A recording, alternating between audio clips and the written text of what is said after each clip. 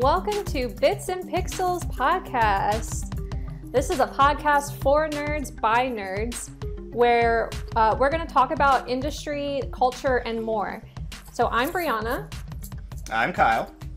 And I'm Karlo. And today we are actually recording our very first episode, which is super exciting. And we're going to be talking through what the three of us have been up to this past week. Some big industry news, as well as some really juicy topics. So we're going to jump right into it and just catch up what we've all been doing this past week. So Kyle, why don't you kick us off and let us know what you've been playing, watching, what have you been up to? Okay, so anybody that listened to the trailer or kind of knows me, I play a lot of video games. I don't think that's really a secret to anybody. But no, lately I've been playing a lot more of Genshin Impact. My game of the year that came out of nowhere. I was not anticipating this game. I didn't know anything about it until Karlo and some of our friends from Karlo's streams told me about it, I think 3 days before the game came out. Yeah, I think so. It was around that time, but we all started playing it together too. I have been playing so much of that game. It's almost a little unhealthy. It's I think I'm trying to remember. I am AR 46 at this point. My highest level character is Klee at level 76. Yeah, I'm trying to think. So, what have I been doing in Genshin lately? I've just been doing a lot of grinding. I kind of figure out what I'm doing every day based off of just kind of what I'm in the mood to do, really. I'll usually start off by doing my daily commissions and everything, and then I will kind of just decide what I'm doing from there. Usually I'll get enough primogems to do a roll, to do a pull. And then if I get a character, I'm like, well, I guess I'm spending all day and the next couple of days working on leveling that character up to where it needs to be. So since this new banner started, I got both Zhongli and then I just got Razor a couple of days ago. So I'm so jealous. Yes, I got one of those. What'd you get? Yeah, you got Razor, didn't you? Yeah, I did. I'm a big old zero. Zhongli is so fun to play. I know he's getting a lot of hate online from some Genshin players, but I don't understand. I think he's a lot of fun to play, and I think it's really it's kind of dependent on how you want to play him, I guess.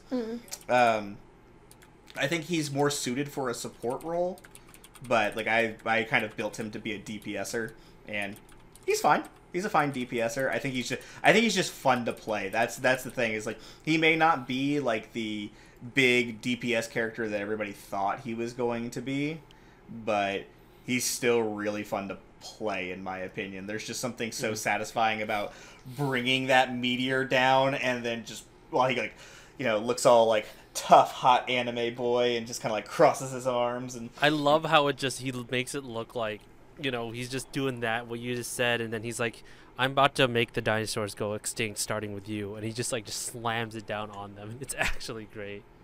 Absolutely. I need to test that character out. I haven't done anything. I don't really know anything about his character other than he's a hot boy, so... Dude, it's free. It's free. Do it. I know. You get 20 primogems. The struggle. He's really fun to play.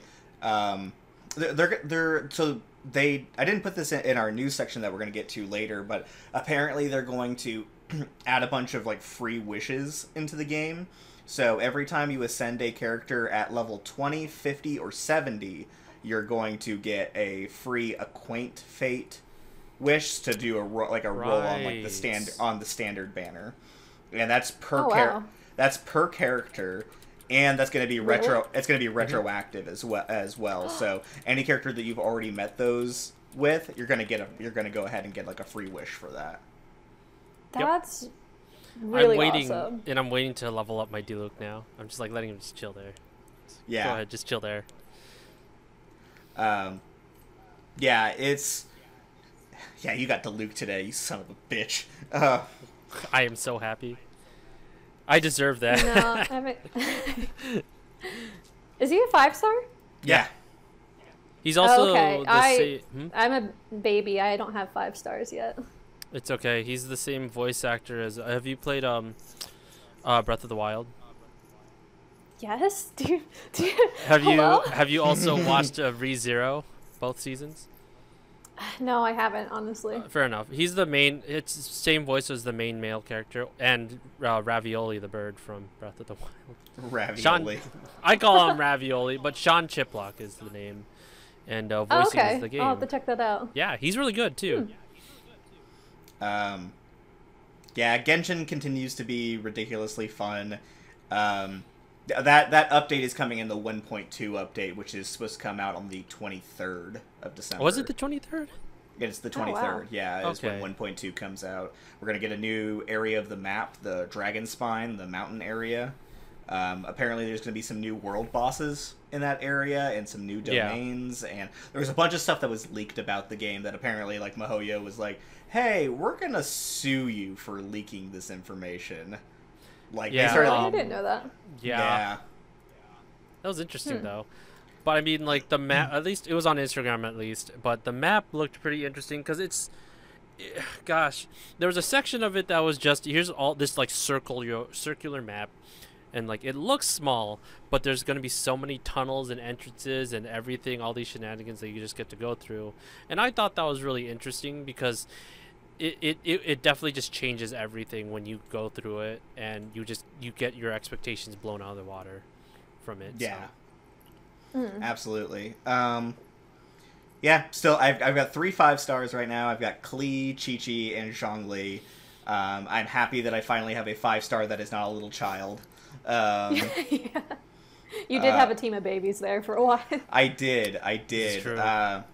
What my team I was rocking for a hot minute was Klee, Chi-Chi, Fish, and Sucrose, and I was like, yeah, all these tiny babies, why they fight? Whatever, those are dangerous babies. Oh yeah, definitely. Klee is so fun to play, and like both from the perspective of she does a lot of damage, but also she's just adorable. I just want to pinch her cheeks. She's so cute. Second that. What else have I been playing? I have been playing some Apex Legends. For those that don't know what Apex Legends is a free-to-play battle royale from Respawn Entertainment, which is a studio owned by EA.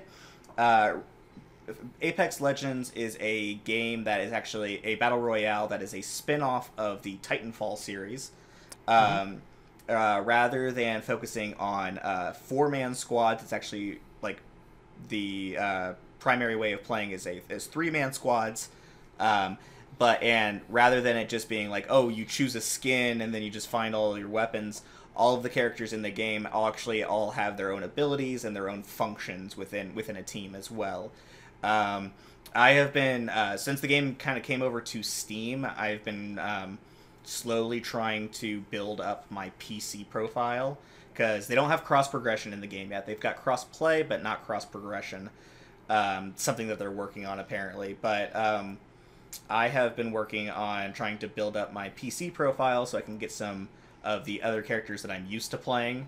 I played primarily on Xbox for the longest time, but now that I'm playing on PC, I'm like, I don't have like any of the additional characters.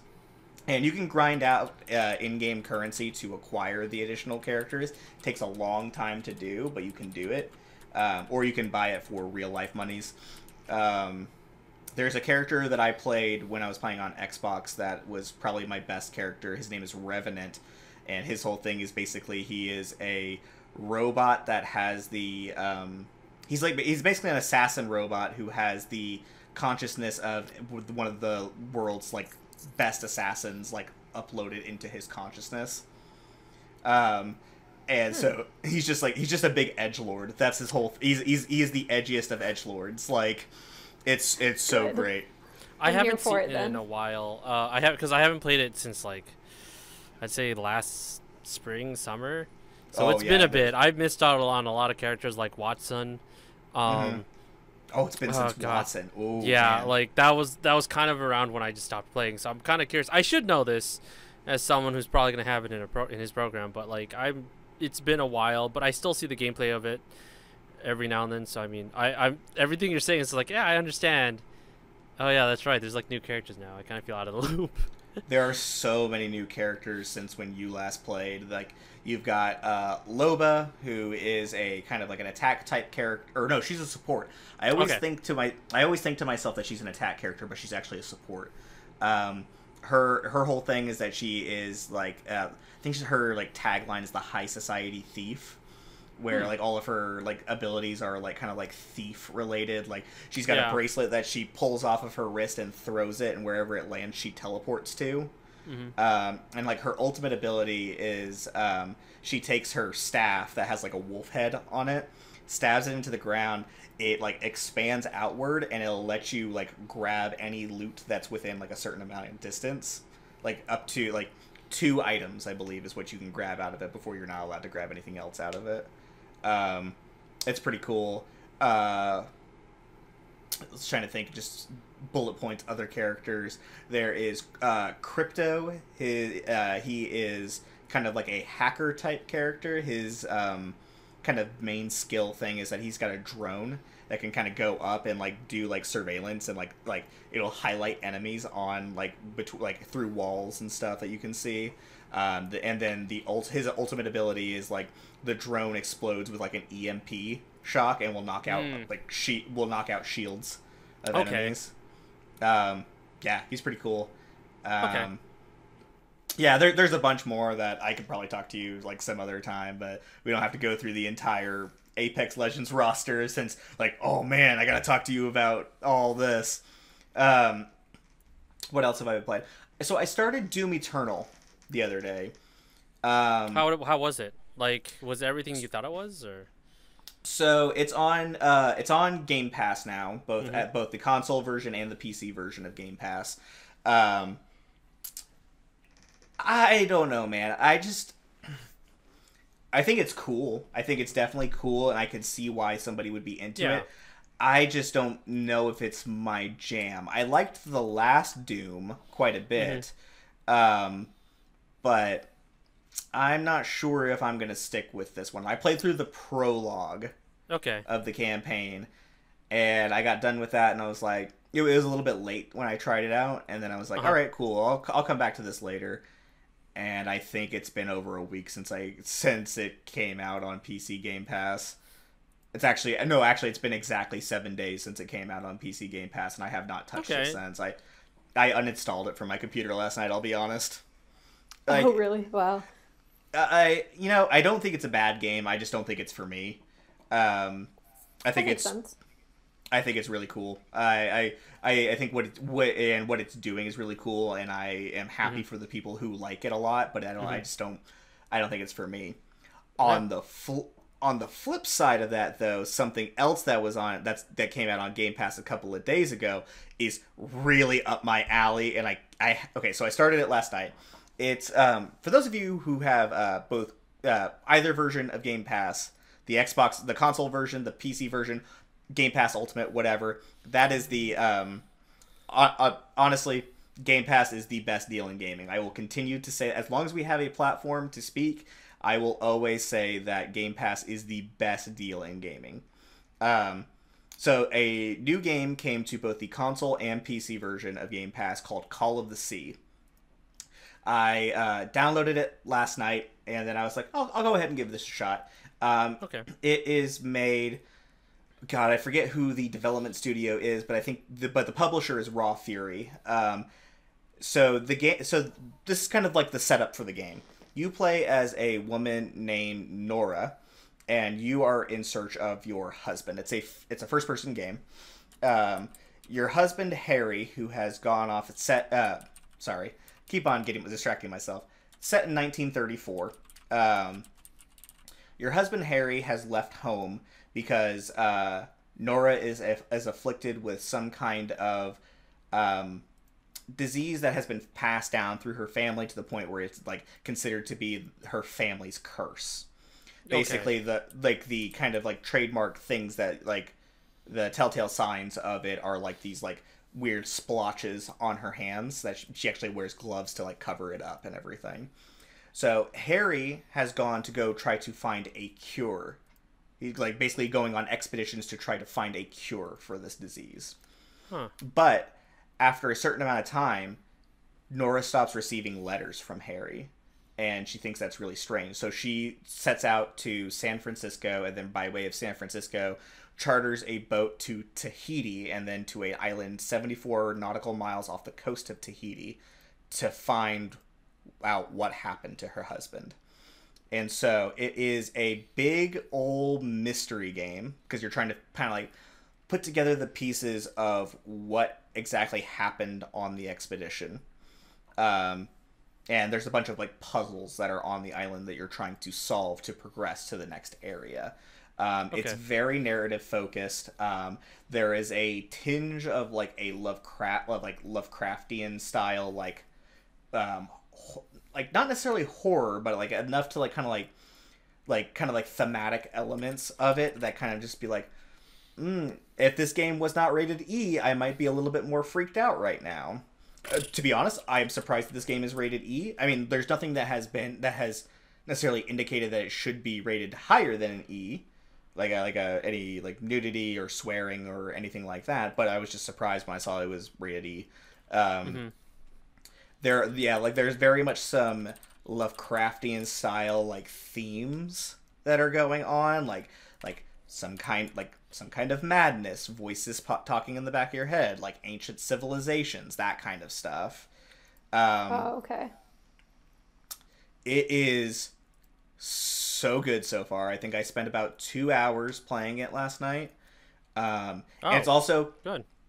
And also, it's pretty short. I went and looked at how long. I don't know if anybody here uses howlongtobeat.com, like where like people just kind of like log. It's a site that logs like how long people take to do certain kinds of runs of games. Yeah. Just mainlining the main story, main story plus some extras, completionist runs, like that kind of stuff. Like a completionist run of this game will apparently takes about 5.5 hours. So super short, very narrative focused experience with some puzzles. I'm in. That sounds so nice because it's like a nice. I like those type of games like every once in a while because it's a nice break in between the really really long like RPG style games. Yeah, definitely. I'll be honest. It's definitely one of those types of games that I stopped playing it.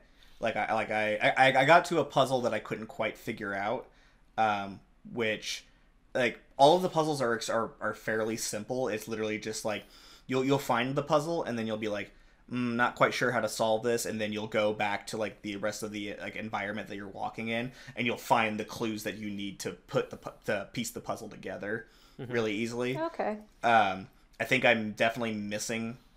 I must be missing like a piece of this puzzle that I'm working on right now. It's super simple and it's a narrative experience. You have like a little journal that basically like chronicles the entirety of the story, both before what happens like when you're playing the game and like it continues to be filled out as you progress through the game. There's also That's nice. Yeah, there's also a log in there that will take notes of like the clues that you will find for puzzles around the island as well, and you can bring that up at any time, even like when you're like working on the puzzles. Like not too far into the game there is a puzzle where you're having to there is like a totem that has like movable parts, like individual movable parts, and you kind of have to like use context clues from around like the other parts of like the area that you're in to figure out, what's the order of the totem that I need going up in order to progress. And like it will like mark down like the notes in the log of the journal to kind of just keep you going and stuff. It's super cool. I stopped playing last night and I have been unable to stop thinking about it since I started playing. Yeah. I mean, but I think it says a lot though, because that means it's just one of those games where you can just really immerse yourself And you could talk about it for hours, really, but unfortunately, we don't have hours and hours. We have like, yeah, true. How much we are given for our segments and stuff. But like, that's such a good thing when you have like a good narrative, you have a story, you have those puzzles, those things that keep you engaged. And I think that's just really important to have when you're playing a video game, because it's like reading a book. Like, you just want something great out of it, and it's a little bit more interactive. So what are you missing out, right? That's good. It's also a gorgeous game. Like, it's really beautiful. I strongly recommend, like, even if like you guys don't have, if Bree and Karlo, if y'all don't have Game Pass, maybe see if you can get like a free trial to Game Pass just to try out this game. Like I said, it's pretty short. I would love to do once if we all three played this game, like doing like some kind of like spoiler cast about it, because I don't want to talk about like the stuff from the story, because I think it's really interesting, and also since it's so short and that it's like a narrative focused experience, it's hard to kind of talk about it without talking about the actual story itself. But yeah, is it on Steam? It might be on Steam. I don't know. I just know that it was on Game Pass. So I was like, I'll give this a shot because I'm already paying for Game Pass, you know. Yeah, I'll have to check it out. It sounds really cool. It's super duper cool. Watch a trailer for it and you'll be sold. Mm-hmm. Like it's really good, and it's exactly what the trailer shows. Anyway, that's enough about like the games that I've been playing. Besides that, I've been watching JoJo's Bizarre Adventure. Yay! Who's surprised? Spoiler. Who's surprised? Yeah, for those that don't know, I am a big JoJo fan. And I finally convinced my friend CJ to like start. They had started watching it before, but they kind of fell off. And then I came over at one point. We were just hanging out, and I was kind of venting. And then they were like, "Do you want to watch some JoJo?" And I was like, "Yes, I do." The cure-all. Yeah. So I think that's how most drugs start. You want to try this? Yeah. Yeah. They were actually on the last episode of part 1. So we watched that, and then we watched all of part 2, which is only like 12 episodes. And then we started part 3. So now they know about stands, because stands don't show up until part 3. Of course. Which stands are very much like one of the main draws of JoJo. I definitely realized this. But I think this is my first time re-watching JoJo in probably a few months. It's just so good. Everything about it is so good. Oh, I love that show. I know. Every time like we talk or like you're on Twitter, there's always something about JoJo, and like there's part of me like I keep saying like I'm gonna watch it, but it's like I need to find the mental like space to just like want to sit down and watch it, because I'll be honest, I tried it last year. Like I watched maybe 2 episodes, and I don't know if this will make a difference, because I know that you have an opinion on this, I believe, but I've watched the English dubbed version and I just couldn't get into it at all, so I stopped at episode 2, but you talk so much about it that I'm considering to like start it again. So I'm not putting that out there. I'm not. Rude. It's way down on the list. Like I'm not getting to it. Like One Piece is coming before JoJo, but like wow, maybe I'll start. That's so rude. Everyone's getting into One Piece right now because of the election. I refuse to watch One Piece. I refuse. Why? It's so long. I fell out of it so long. a while ago. I did too. Yeah, I fell out of it, but I'm really like right now I'm in the like mood of I want to watch all the anime that I did as a kid that I was like into in middle school when it came out on Toonami. So like that's where I'm at right now. Mm-hmm. So JoJo's on the list, but I gotta say I think finishing Naruto Shippuden, and getting to One Piece eventually I think comes before that. Mm-hmm. Sorry. That's I understand. I'm not hurt. It's okay. It's okay. I'll how about it? I'll get to like episode 1 maybe around Christmas when I actually have a break. Okay. Does that work? Yeah, sure, fine. As far but so just kind of going back to asking my opinions about like the subs versus dubs for JoJo. Honestly, the way that I experienced the show is that I watched the English dub for parts 1 and 2, which is, if you're watching it on Netflix or Hulu, parts 1 and 2 are season 1. That like parts 1 and 2 are like kind of smushed together because they're the shortest parts. I watched all of part 1 and 2, season 1 in English, but then when I got to part 3, the English dub wasn't available to me, so I switched to the Japanese sub. Honestly, I think I think overall I mean, the Japanese dub the Japanese sub is fantastic. It's phenomenal. I would say that if you're going to watch it, probably go Japanese. If not for part 1 and 2, at least go into it on part 3. Like once you get to season 2, part 3, switch to Japanese. That's so good. Yeah, and I'll be honest, like I don't watch JoJo, but I know so many JoJo references just of like the actual like audio of JoJo and the memes, but like I've heard so many JoJo clips just like from different YouTube videos, and I've heard them all in Japanese, and like I just like, whenever I think of JoJo, I think of like those like that YouTubers like say is like a joke, and like that's what I think JoJo is. It just seems like a big like spoofy meme show. It is full of memes, but I'll be honest, I think it's really because of the fact that the community finds memes to make out of the show, and then somehow it crosses over into just pop culture in general. Yeah, that makes sense. Yeah, JoJo's great. I love JoJo. I will keep on.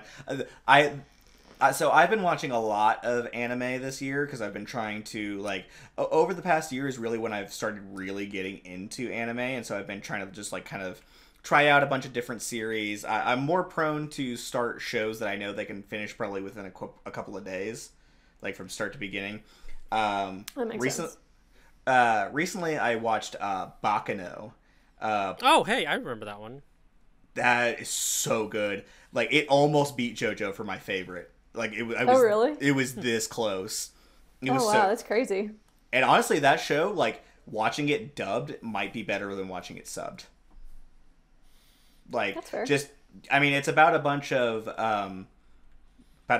New York gangsters in Prohibition days. Like, is it Prohibition? Yeah, Prohibition. Yeah. Yeah. Yeah, that's what I know history. So, like, and all of, like, the characters in the dub, like, have really good, authentic New York sounding accents. And so it's quality dub. New York. Oh, yeah. I think you did tell me about that once. I'll have to. Is that streaming anywhere, or you've been just like watching it on YouTube?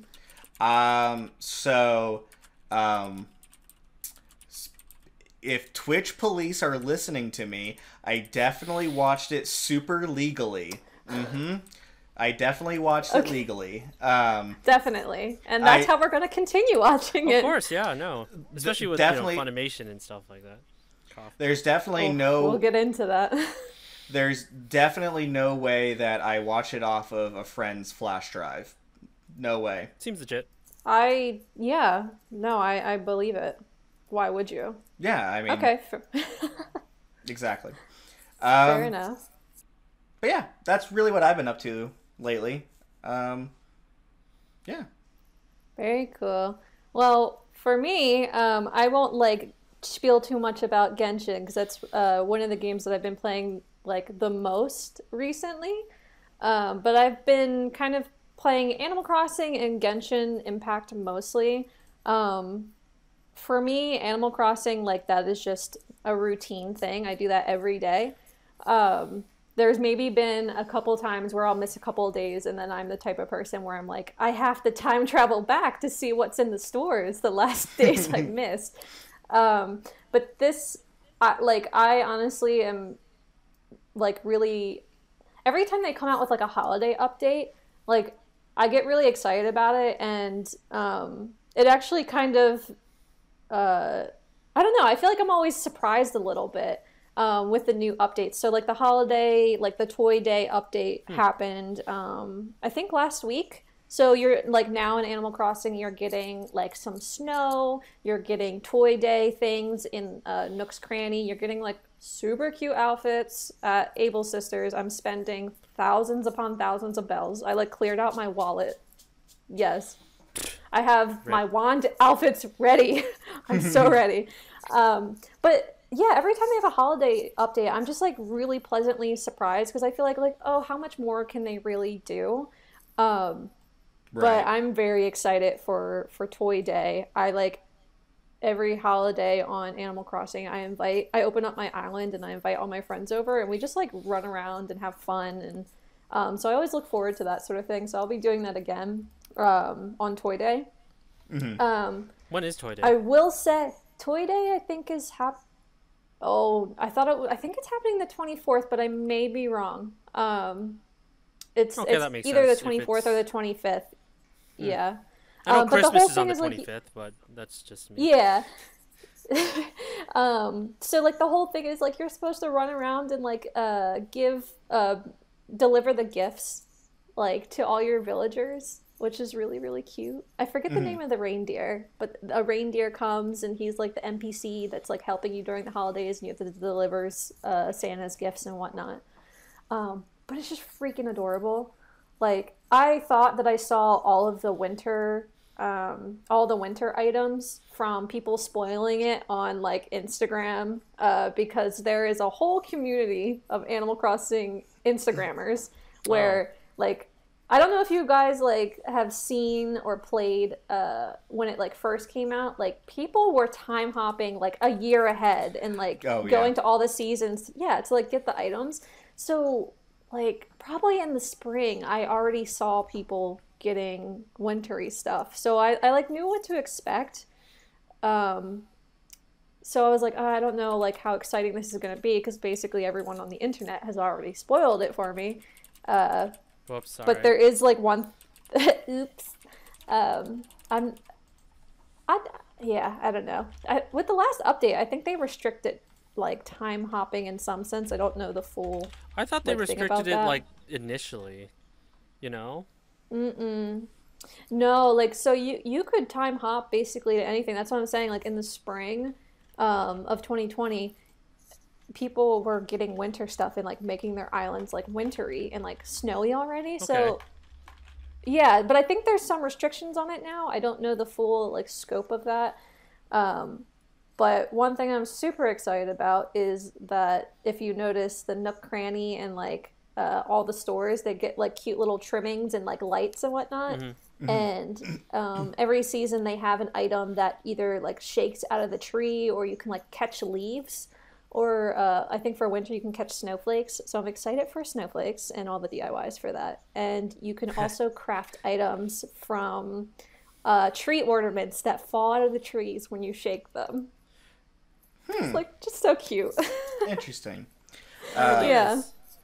According to Sephiroth for Smash in chat, the name of the reindeer in Animal Crossing is Jingle. Yes. Oh, thank you so much. I couldn't remember. That is, yes, Jingle. So you'll be able to meet Jingle on Toy Day and help him deliver Santa's gifts, which is awesome and super cute. Yeah, so that's really it. I play Animal Crossing, like I said, like every day. Animal Crossing and then Genshin. Yeah, maybe. If I can get it hooked up to the Switch. And then Genshin. I don't play that as frequently. I don't believe as like Kyle and Karlo here, but I try to play every couple of days. Really, when I hop on, like I hop on just to do the dailies and like do the daily commissions to get primos for that, because I cannot keep primo gems at all. Yeah. I basically like try to rack up as many primo gems until I can make a wish. I make a wish, I get like a weird orb item, and then I get really sad because I don't have a 5-star, and then I stop. That's fair. So that's really it. I haven't. The last character I got through a wish pool was Beidou. I really like her. I'm a big fan of her, and I'm a big fan of Noelle. I just really enjoy the heavy like fighting style, and they really can like pack some damage. So yeah, I actually really like Beidou, but my number one is Zhang Ling. She's always cute. in my party. She's cute. She's great. She's cute. She real cute. She real cute, but I also just really like her fighting style, and I have the spear. I don't know what's the name of the specific spear, but it's the one where you can get more damage on slimes. So anytime there's slimes, I'm like, oh, run in with Zhang Ling, and then like bring out Goba. I don't and then even know what spear that swap is. out for Lisa. Yeah, yeah. I'll have to like look it up because I don't remember. It's like I think it's a blue spear. I don't know the name. Sorry, I'm not that well versed in the lore of Genshin, but it does really good damage on slime. So I run in with Zhang Ling, and then I finish it up with Lisa. So that's about it for the games. I finished actually 2 series this past week in terms of anime. So I just recently like sped through season 3 of Agretsuko and finished it over the weekend.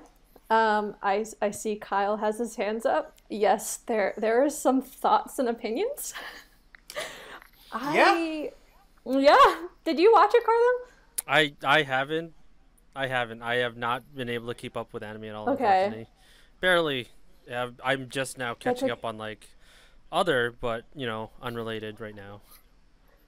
No, it's all good. So I don't know how much we want to say, but I think Kyle and I are kind of on the same like boat here. And I remember, I think it was over the summer, you tweeted about, or maybe the fall, you tweeted about like the season finale, and I was really disappointed because you were like, oh, like that just like wasn't that good, or like that wasn't my living up to my expectations, and I was like, crap, like I don't like, oh, I'm so nervous. So I finally finished watching it this weekend, and I'm glad it turned around, I'll say that, but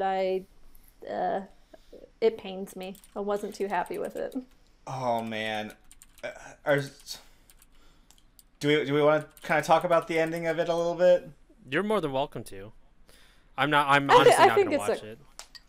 Not because I hate it. If anyone doesn't like, we'll try not to spoil it too much. So, I was not anticipating the very dark turn that happened at the end of that season. Not at all. It like slapped you in the face.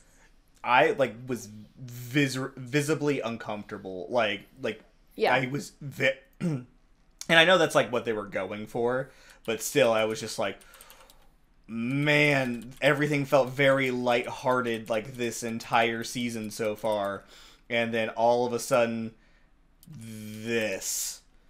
Oh man. Yeah, I definitely had the like gut visceral reactions during those episodes, and actually when I was watching it, I was like, how is there not a rated R like slap on this? Because there not only like just the dark themes, but there was a lot of cursing. Yeah. And I feel like there was absolutely zero cursing in the other seasons. So I was like, how is this on Netflix just for anybody? I don't know. I just thought that was interesting. I feel like there definitely should have been some kind of trigger warning on it. I agree. Yeah, because it was definitely just like, it just like turned around like that. And I don't like how they wrapped it up. Yeah. Yeah, I was not a fan of how sudden. It felt too sudden. Like, I'm glad that again, like it wrapped up in a like, yay, everything's fine again. But it just didn't feel like it gave everything leading up to that justice. Like, I would have liked to seen Retsuko like talk a little bit more about her experience and her journey, and like see her bounce back, like, and discuss that. And I feel like that actually would have been really important, like just seeing how intense those last few episodes were. I wasn't really a fan of how they treated the Haida the Haida situation, because like, trying to talk about it without talking about spoilers, there is a comparison to be made between Haida and the dark turn that end of that season takes. There's a comparison and a that can be made, but because Haida is main character boy, what he is doing is not the same as what creepy character is doing. You know, I see what you mean. Yeah. And by the way, with the way that season ends, feels, I don't know, it feels bad in my opinion, the way that they handle how they handle her trauma. I feel the way they handle her trauma and the way they handle Haida's character arc feel really bad, in my opinion. Yeah, I think that I would agree with that in a sense. Like I said, it just felt really. I just felt like it was lacking. Like it felt like they're like, you know what, we have to end with season 3, and we just got to wrap it all up. Like that's what it felt like. It felt like they were just really rushed, and I don't know. So I'm just really interested to see if they're going to do anything again with Agretsuko or not, or if it's just this series is over, and why. Like, are they moving on to something else? I think they may have gotten renewed for a 4th season. Oh, is that the case? I think so. I'm not 100%, but I think so. Okay, because it felt like I wasn't 100% sure, but I was like, this is like the series like finale, right? Like that's what it made to seem like, and it just felt really wrong. So if they do come back with a season 4, I hope they can redeem and like maybe give a little bit more backstory and explore Retsuko's trauma, and like spin that around and yeah. Many feelings of that season. Definitely. Yeah, so I was a little disappointed with that. What I wasn't disappointed with was Avatar: The Last Airbender. Great show. I'm just gonna get into it because that show's been out since 2005, so you can watch it. It's on Netflix. But I finished it for the second time. I first watched it when it came out when I was a kid in like elementary school, and now watching it again was super interesting. Like I kind of remembered the like main arc and like the premise of the story, but I didn't completely like remember everything, and I actually didn't remember how it ended. So I was really like pleased and very happy that I watched again as an adult, because there's a lot of like little jokes in there too that I don't think I understood as a kid. And I came to really appreciate the like complex relationships that they all had within the Avatar group. Definitely. And then I just like became an even bigger softie for Uncle Iroh. I feel like if you did not like Uncle Iroh, you had a problem with humanity, because he was just like that character that kind of like he kind of glued a lot of characters to the ground, like for sure, like either like directly or indirectly, and he was just, it was kind of like one of those things where when you watch Avatar Korra, like they had allusions to him. That's how like a much of effect he had on individual characters. So that's my 2 cents, because I haven't been talking and I just wanted to make sure I was keeping up with you guys somehow. No, you're good. It's a wonderful, wonderful, wonderful series. I haven't watched Korra, so that is now on my list. I haven't watched it yet either. Oh, so there's a new Avatar and their name's Korra, so that's just spoiler already. Yeah. Well, I mean, yeah, this show has been out for so long, and Korra's been out for a while too. I have heard a lot of mixed opinions about Korra, but I am going in like with as much excitement as I did with Avatar, so I'm just really excited to see the like revamp of this series, because it had been so long since that show initially came out. So I'm excited for that. And I love Avatar. I wanted to share something that I was reading a new series that I actually found from a local comic book store. I have it here with me, so I'll share a little cover. It's called "O Maidens in Your Savage Season." So I believe I think they're up to volume 8 for the manga, at least in English. But I just randomly found this like sitting in a big stack of books at a comic book store called Atomic Pop here in Oklahoma. And I was like, all right, I'll just try it, because sometimes I get in those moods where like either I'm dead set on buying something, or I want to like just peruse and pick up something that interests me. Or like I'm a cover person. I do judge a manga by its cover.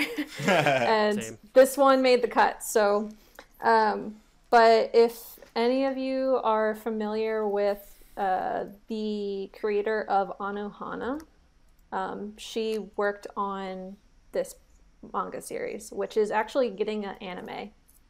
So I'm really, really excited to see the anime come out. I don't know the details on that, but I just thought this is a really sweet series. This is volume 1. I'm up to volume 3 right now, and I sped through these. Like, the artwork is just so pretty, and the storyline is, as I'll say, as a woman who had experienced puberty in school and like dealing with like like confidence issues and that sort of thing. I feel like this covers that really well. It's basically about a group of 5 teenage girls who are in high school who are in a literature club, and through the literature club they start reading a lot of fiction which deals with topics of romance and sex. So it's basically their story of like all these girls like coming of age, learning about puberty for for all the genders, and trying to feel comfortable with themselves and confident about learning about sex. So I have not ever seen this topic covered this way within a manga or an anime series. Like, I feel like a lot of a good amount of series, they talk about like puberty and coming of age, it's like, oh, super awkward, and like I don't know, I think they just kind of like either make jokes about it, or you don't really see the like actual perspective of like a teenage girl. And they also cover some of like what like teenage boys are going through too. Like, I don't think there's at least that I've seen, I haven't seen anything that like covers this well enough that's like, oh yeah, like I did feel that way when I was that age. Like it was like super awkward, and like when you're learning about things. So I think it just explores it really well. I'm trying to see if I can find like a really pretty page that I can just show you real quick. You mentioning the fact that there is it's kind of about a literature club made me want to ask you, Bri, have you ever played Doki Doki Literature Club? No, I haven't. Do you know anything about it? I don't think so. Karlo, you're making noises. Should I know this? That's gonna be a series we're gonna do. That's gonna be a let's play that we're gonna do, because is it like an anime style, or is it? Yes, it is. Oh, okay. It is a it's one of my favorite games from the year that it came out. Okay. I don't want to tell you too much about it. It's a dating sim. I'm here for it.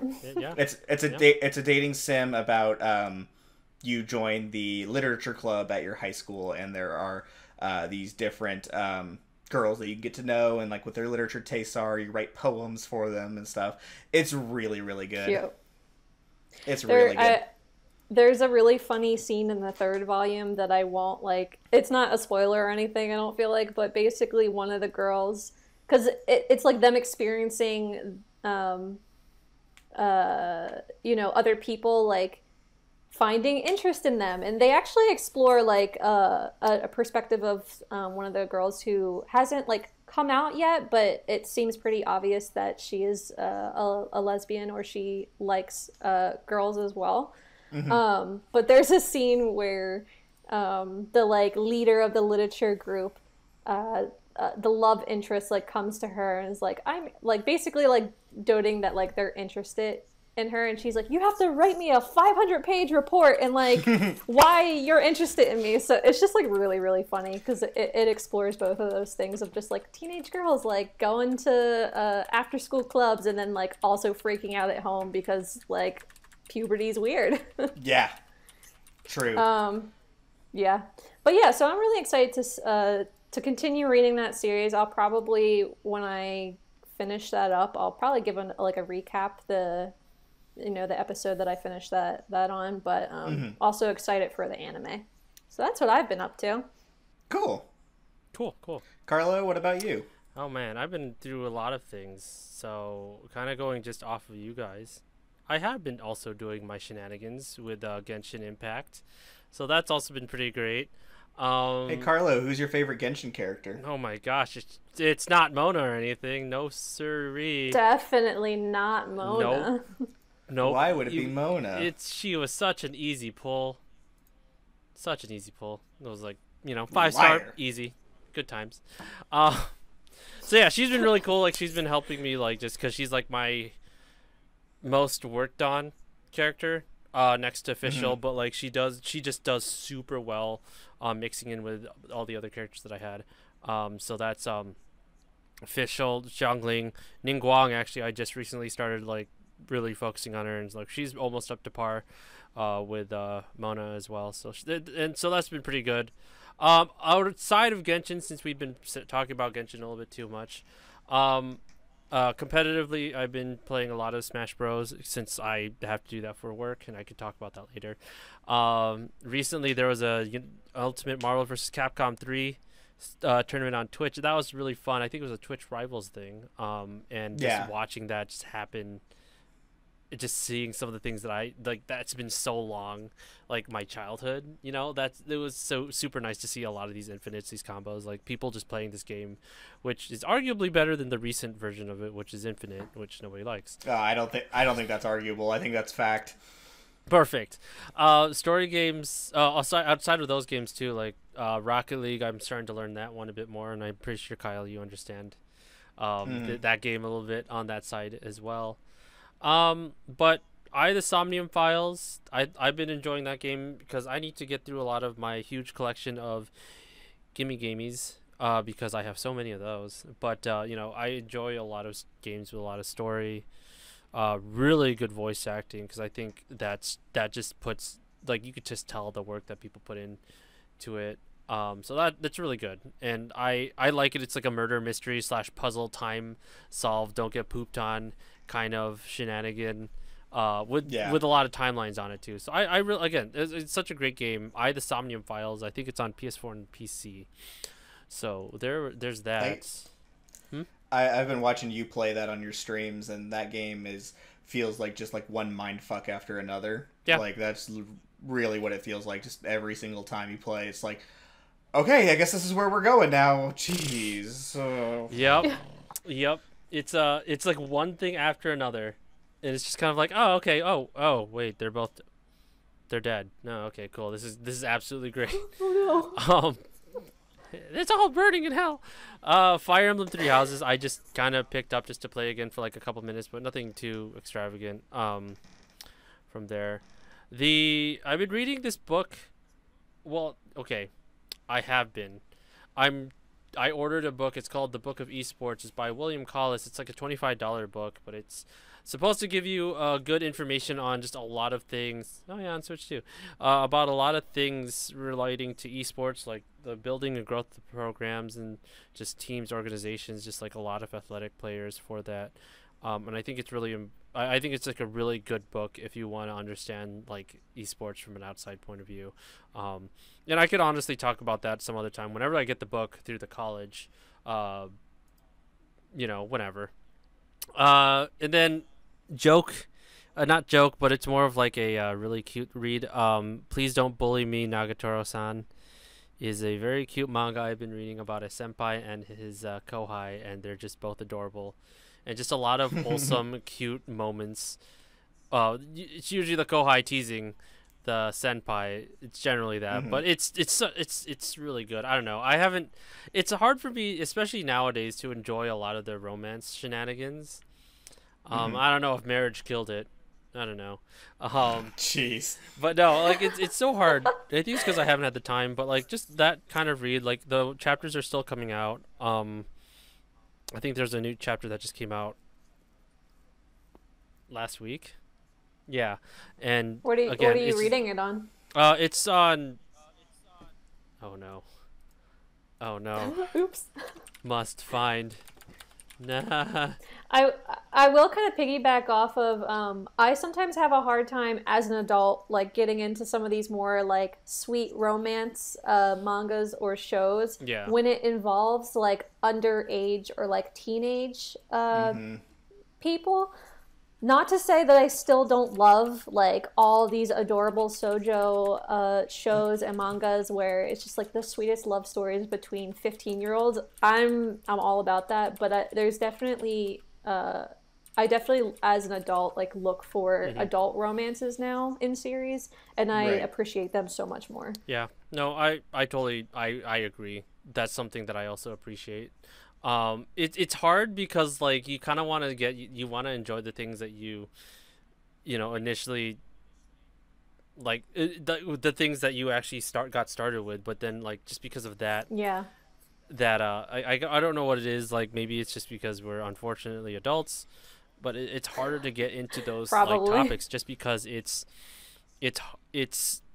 maybe it's because we've seen them multiple times. Maybe it's because we're older. Maybe it's because, you know, we need something new. And I think that's just something that we just had to come to terms with. And I think that's how I've been feeling about anime too, which is why I haven't been watching as much anime as I feel like I should. Like I'm just now catching up with the Uzaki-chan anime. I haven't watched that yet.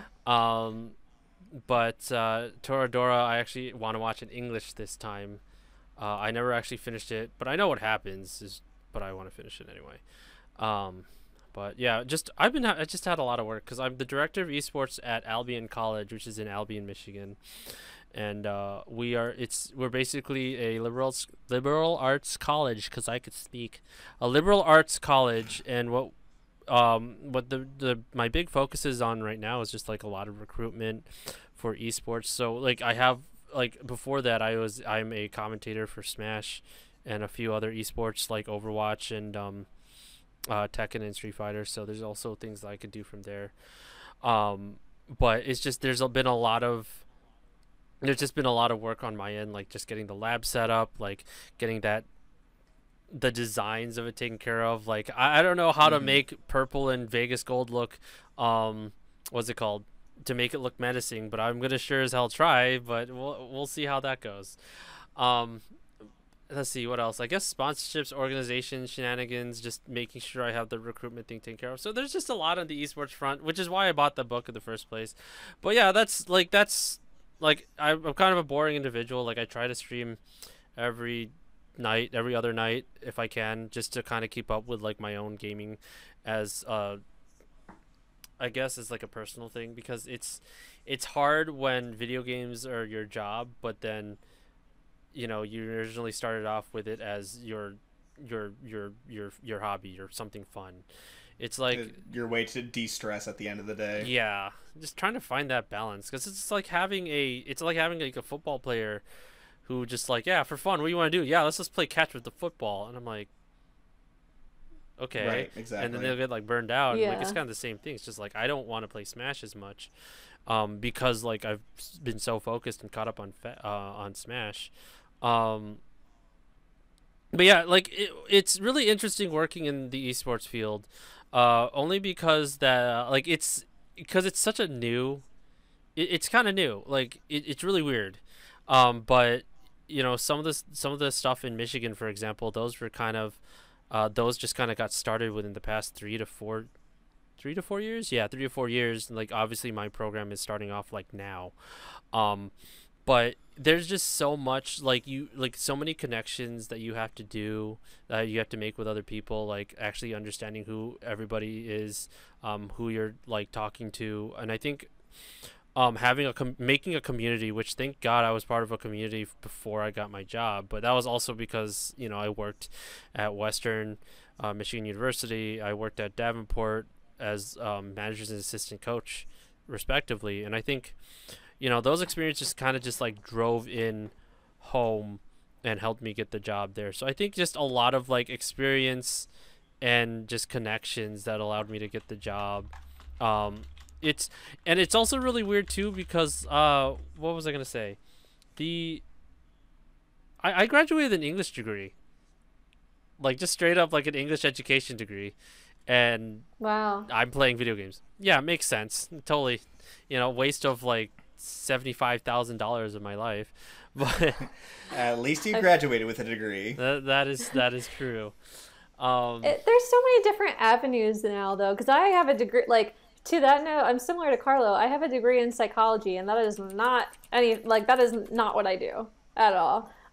There's just so many different creative paths that you can take now. And it's really interesting to see that you, Karlo, had an English degree, and like now you're professionally, like you're in the industry professionally, like you're directing Esports at Albion. So that's like super cool to me. Yeah. No, I agree. I think it's I've had to like, and I've also had to tell myself too, like, you know, when you have the English degree, like it just, because of how needed and necessary communication and, you know, language is, I think especially having the English degree, like it's one of those jack of all trades, because you kind of understand where, like, everywhere, every job, at least in the United States, because it's the de facto language of the world, I guess. I don't know. But every job that you get is like they have to involve English in some degree. So when you're going through your classes for, like, really, if you're going to learn how to be a doctor, for example, you need to learn to write reports. You need to learn how to, you know, do English. You know, even journalism, it's a very obvious thing, but like it stems out from just, you know, your basic English shenanigans. Like again, scientists, doctors, they have to write specific reports. Like, you don't use the same type of writing language when you're doing I learned this from my linguistics professor, like when you're doing like a language like a newspaper article, right? Like you're not necessarily using the correct sentences for like the title. And which is absolutely blows my mind. But I think it's really interesting that English is just so versatile, because again, we also break our own language all the damn time. English is a bastard of a language. Yep. It's great.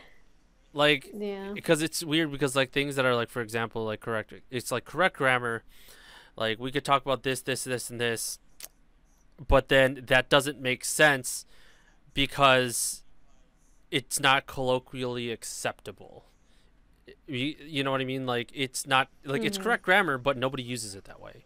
I can't give like an exact example, which sucks. I feel like our vernacular, like it just refreshes a lot. Yeah. So I just think a lot of it just is very much it's a versatile, English is very versatile, especially compared, like, especially whoever's it depends on who's using it, for sure, but it's a very versatile language which breaks its own rules. But I think it's a good thing that we break the rules all the damn time. But anyways, yeah, so good, like you said, it's a very interesting jump from one place, from like English teaching to like video gaming, you know, like, because even in video gaming you have English in there, you know, you have like story writing, and even if you're in a different language, if you're in a different country, like you still have to have that type of language. They would use the same type of manner, like the processes and mannerisms based on not based on English, from English. So yeah, that's my thing, I guess. Just a lot of the esports stuff, and, you know, just trying to communicate and talk with other people. It's a trip. Yeah, for sure. It's a trip. It sounds like it. It's really interesting. It's a world that I'm pretty new to, or like learning about. So I definitely look to you two for those things. It's very interesting. Well, yeah, since we kind of recapped on what we've been up to, you guys want to get into the news? Oh, the news. We've been going on for about an hour. Do you want to take like a 5-minute break real quick? Yeah, Why don't we do that for like? Yeah, let's give our audience a break. Sweet. Give everybody like a little 5-minute break, get some snacks, get some drinks. We'll be back with the news. Awesome. See you soon.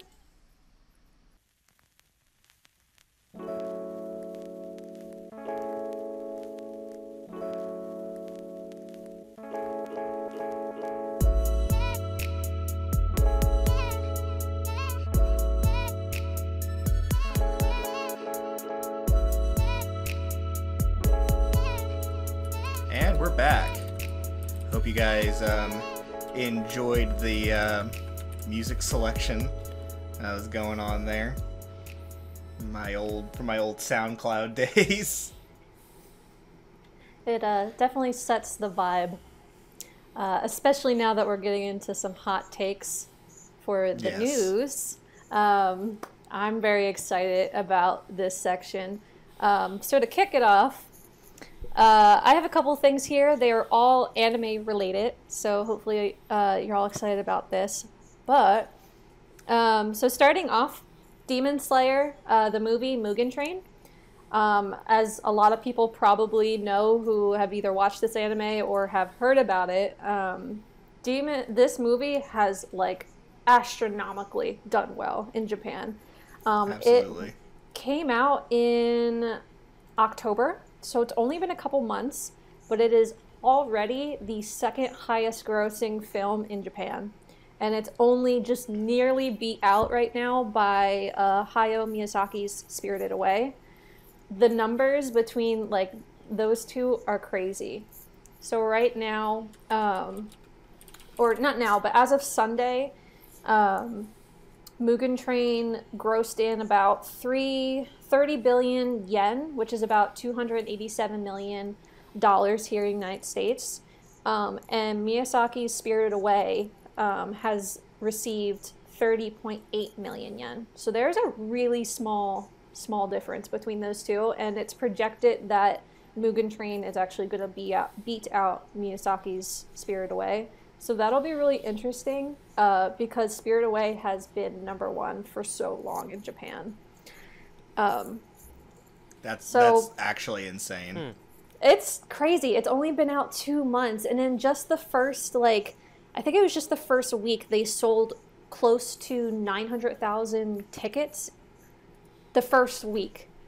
And I know it's crazy. And when it first came out, and then thereafter, why it's been doing so well is that, people have been buying tickets, either multiple times a week or just have, recurring, going. So, you have people who are seeing this movie, 3-4 times just to kind of, escape what's going on right now. Right. So, yeah, Demon Slayer is really just, blown all the other movies out of the way. I think in the world, I think it's also second in China. I read an article somewhere that was saying that it's done really well in China, and I think it's coming out in some of the other countries in Asia as well. It's not expected to reach here in the United States until early 2021, but I don't know. I don't know how well it's going to do here. I think it has a lot of fans. Yeah. But with our current situation with the pandemic, I don't know how well it's going to do. Yeah, that's the thing, right? Is this are they going to do something kind of like what HBO Max is doing, where it's it's going to be in theaters and streaming at on day and date? Because then it might do better, but I don't really know how much better it'll do. I mean, part of me wants to say oh well, you could probably compare what the numbers for the My Hero movie did in the US, or the Dragon Ball Z movie did in the US, but honestly, I think those two, maybe I'm wrong on this, but I feel like maybe those two anime are a little bit more popular in the US than Demon Slayer might be. I think they have a little bit more of a far a wider appealing audience, possibly. Well, I think those appeal cross generations, and because Demon Slayer is considered so new, That'll be interesting to see. But I mean, it was number one selling for manga, so that's really, and that was in 2019 before like 2020 came around. It was like it sold the most volumes of manga in history. So, but what's really interesting, and Kyle, you actually sent me an article on this. So Mugen Train has made a ton of money. It's second in Japan, but the mangaka payout is actually not that much. So they basically, what they did is they like pay like an upfront fee to the mangaka, Kyoyoharu Gotage. They paid upfront about 2 million yen, which is about $19,000 here. Which, when you compare those numbers, are very different. So I was trying to read a little bit more. Let me see where this came. So this came out on Crunchyroll, the one that you sent me on Twitter. It's really interesting to learn about the like business behind paying the creators. So when you see those numbers side by side, you're like, oh my god, like that's nothing. Like the person who's made the like almost number one grossing film in Japan is only making 2 million yen, $19,000. Like that just doesn't seem right. So there's like, it goes to play to, you know, our creators really being paid that much, what they deserve.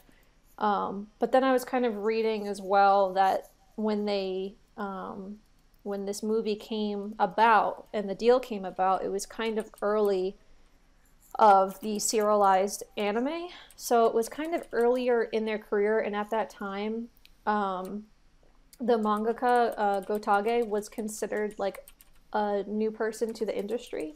So I think that's kind of where that price plays in as well. Like I don't think they expected, one, the pandemic, obviously, and then two, once it got better in Japan and when they released the movie, I don't think they expected that people were going to go see it multiple times.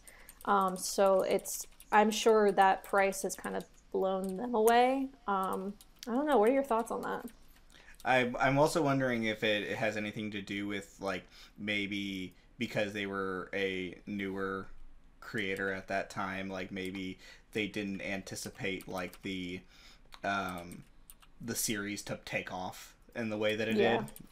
I feel like you see this a lot in like the music industry of like you see like talented artists sign on with labels with a very, very low rate and then they take off, but they're locked into a really bad deal for like a certain amount of years or a certain amount of like albums that get put out, and it ends up just kind of being this thing where it's like you have these big companies that are kind of like preying on like people like you or I who are like creators are desperate to try to get their content in front of people that they will sign anything, and they're thinking to themselves, well, there's no way that like this series that I'm writing is going to become the next big thing.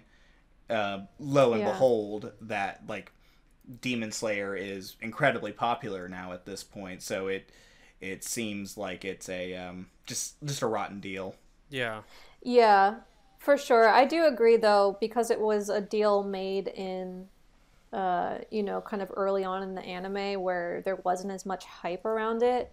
I think that's, as you said, that's where the price is coming from. It still sucks because when you think like, oh, absolutely. If you think of like, okay, like wages and like how much to make in a year to like livable, like of course like this is still coming out, like there's going to be more around Demon Slayer, and I'm sure there's other ways that they're able to make money, but when you just think of like how grandiose Demon Slayer is and will be, especially when it gets released in other countries and the home DVD sales, it just kind of feels like a sucky deal. But this article is saying that they're probably going to make a good sum of money off of secondary usage fees. which is basically the DVD sales and the rentals. Right. So DVDs hopefully, and Blu-rays. Yeah, so hopefully they'll see some money there. Yeah, I just thought this was just interesting overall. Yeah, definitely. Yeah. I'm not sure about like the merchandise, like who really makes money off of that. I'm sure the creator doesn't make a ton off of that, but yeah, we'll see. They probably don't make a ton off of merch. They probably make, if I had to guess, they probably make a decent amount based off of just the printing of the manga. Probably. It's probably up in the air as far as like what the actual like wage they get as far as like when the anime is produced. Yeah.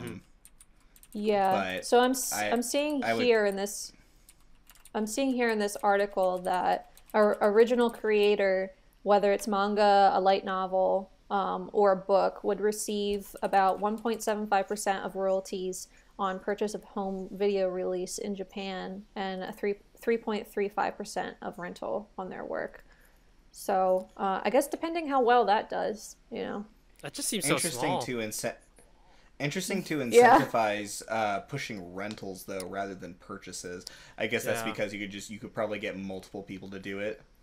Like that's you could get the same person to basically like purchase it over and over again in that way. But interesting. Yeah, interesting. For sure. Yeah. But yeah, as I said earlier, it's projected that it's going to make even more before the end of the year goes out. So we'll see. And then I cannot wait until it comes here. I'm so excited. I will definitely be supporting as much as I can, and I'm sure my dollar won't make it to them, but right. Well, one will hope. But yeah, so anyway, in manga news, Naomi Osaka, she is the world champion, ranked by the Women's Tennis Association. She was the champion of the world singles at the Australian Open this last year. And if you are familiar and watched that game or saw anything on Twitter or like the news clips, during her matches, she actually wore face masks with the victims of police brutality and police shootings on her mask. So she had a name for each of them, which was, she's had a lot of like not only the win, but she's had a lot of people like seeing what she's doing and whatnot. So it actually got announced that she is going to be starring in her own manga, which is just so incredibly exciting. That's so cool. I know, it's so meta. especially for Japan.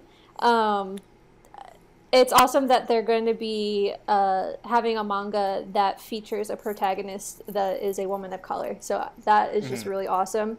And they actually like get her skin tone right, because I know her sister is overseeing that project, and there was, I think, something last year where Naomi was like an anime manga character in a instant noodle commercial, and they totally just like disregard it. Yeah, they definitely whitewashed her. So it's great to see that this manga is trying to get it right.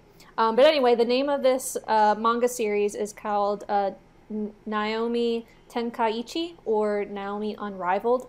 So it was announced in the February issue of Nakayoshi in Japan, and it's going to portray Naomi Osaka as a alien vanquishing intergalactic tennis champion. So she's just going to be like fighting aliens as a tennis player. You have to see like the pictures that they released. It is so cute. I'm definitely going to be looking that up later. That sounds so cool. Yeah, I really hope that it gets serialized and that they actually make a manga series out of it. And I can only see that's where that'll go, and then hopefully get a translation in English.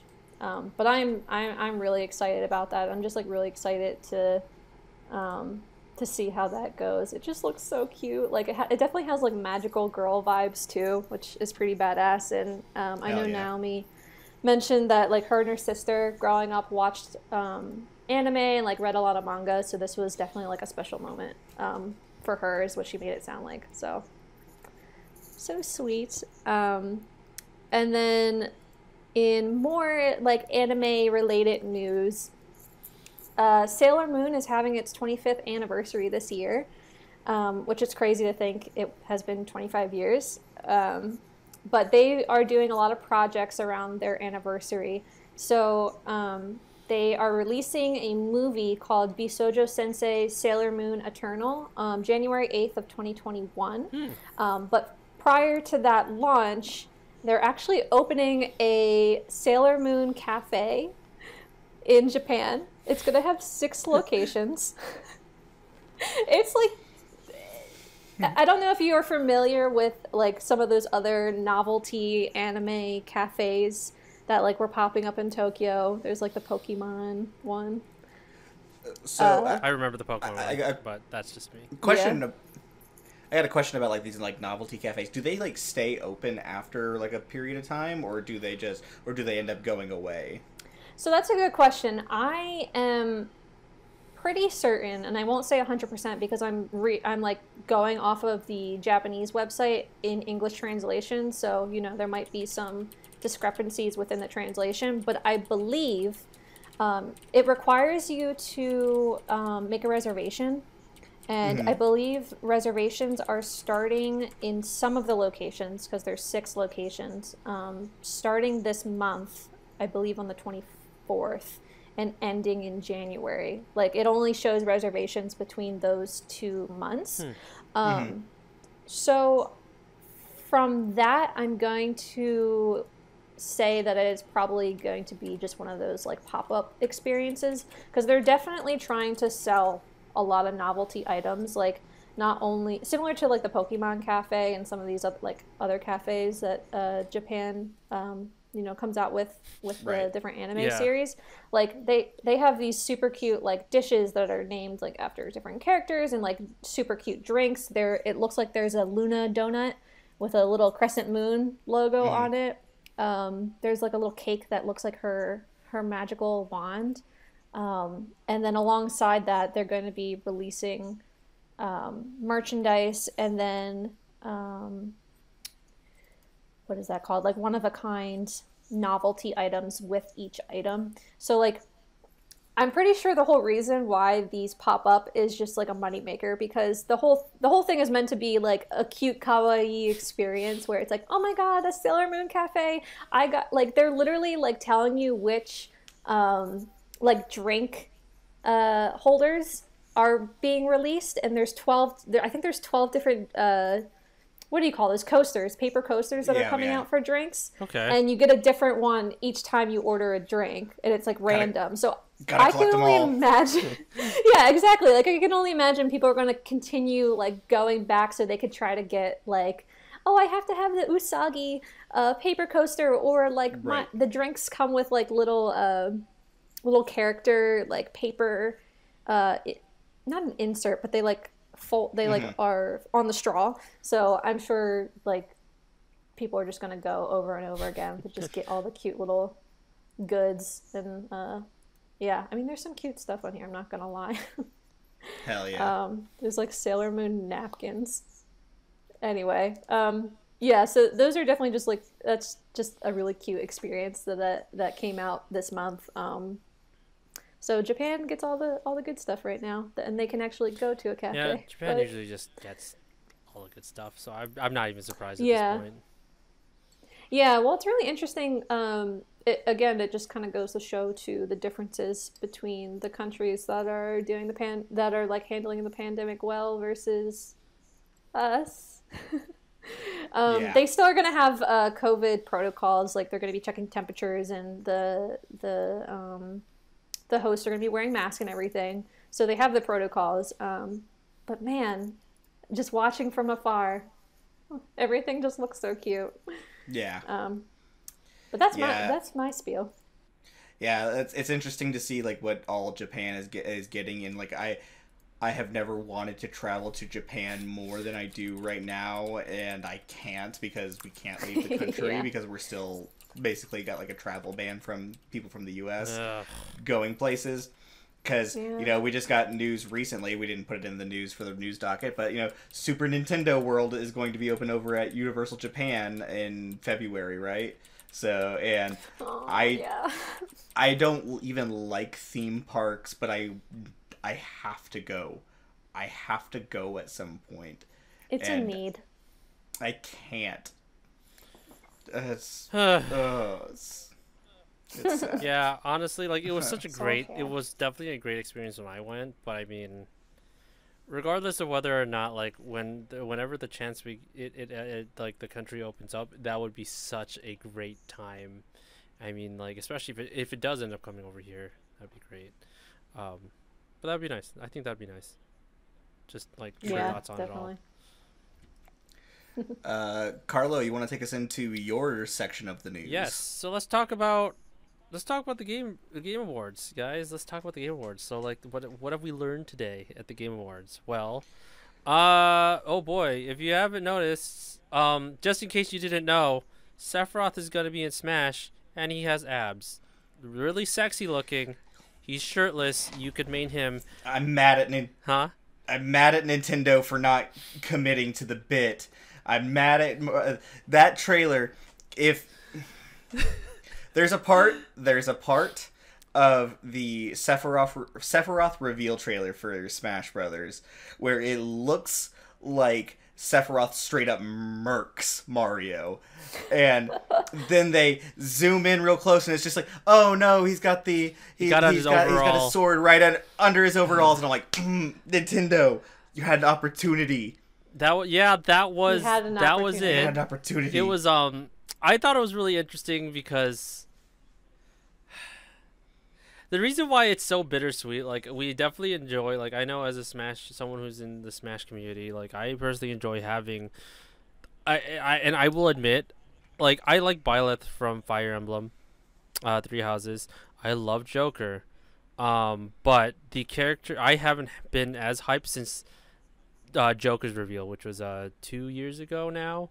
Wow, happy birthday, Smash Ultimate. But yeah, and it's just one of the things where, like, they've had some, like, subpar, like, decent character reveals, and, like, it's important for me because I'm trying to keep up with, like, the ever-changing meta that Smash is. And I think one of the things that was really interesting is that I haven't been excited for a character reveal in a while. So that was really interesting. It's very bittersweet because of the things that Nintendo has been doing. If you guys have been living under a rock, apparently, Nintendo has been sending out cease and desist to a lot of people for no apparent reason but to be, and as I quote, a dick.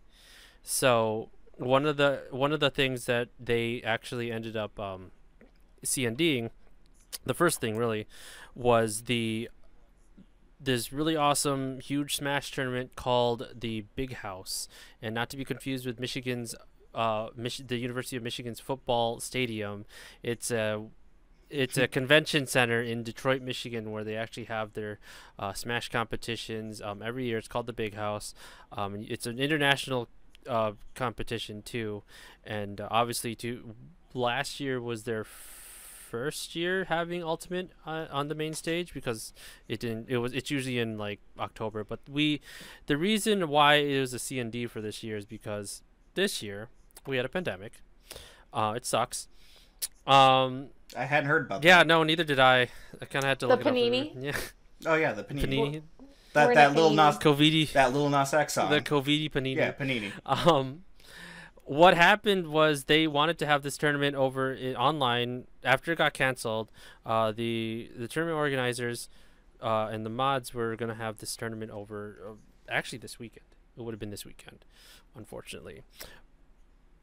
But the huge issue was that a couple weeks ago, I'd say 2 to 3 weeks ago, they got a cease and desist by Nintendo of America, not Japan. Japan's cool.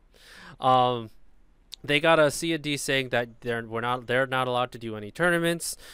Why? Like, and somehow Ultimate was involved in this as well, but it affects the entire community as a whole because of a Smash mod, and it's not even a mod. It actually is just a supplement, in my personal opinion, that allows a person who plays Super Smash Brothers Melee online. And think about it in this sense: you can't connect to GameCube online, but if you have the right things that you need and you own the game itself, you could play it on the PC, play online, and play with people for fun. And so they were going to have Melee tournaments like they have been for the past like decade. And so that kind of that puffed a few jigglies over at Nintendo of America. And like Nintendo said that like one of the things that you would like, it said something about like having to have like an illegally acquired copy of Smash Brothers Melee. Isn't that something that they said? Yeah. And I was like, that's not even remotely Yeah, because they've already shut down a lot of the emulators that had Nintendo games anyway. So really, the only way you would have, like, I feel like if I think about it correctly, the only way you could have that copy of Melee, right, would be to actually own the game, and you could actually like find a way to put it in your PC. I don't know how people do it. I'm not that skilled in a lot of those issues or things, but it was just kind of a dumb thing where that.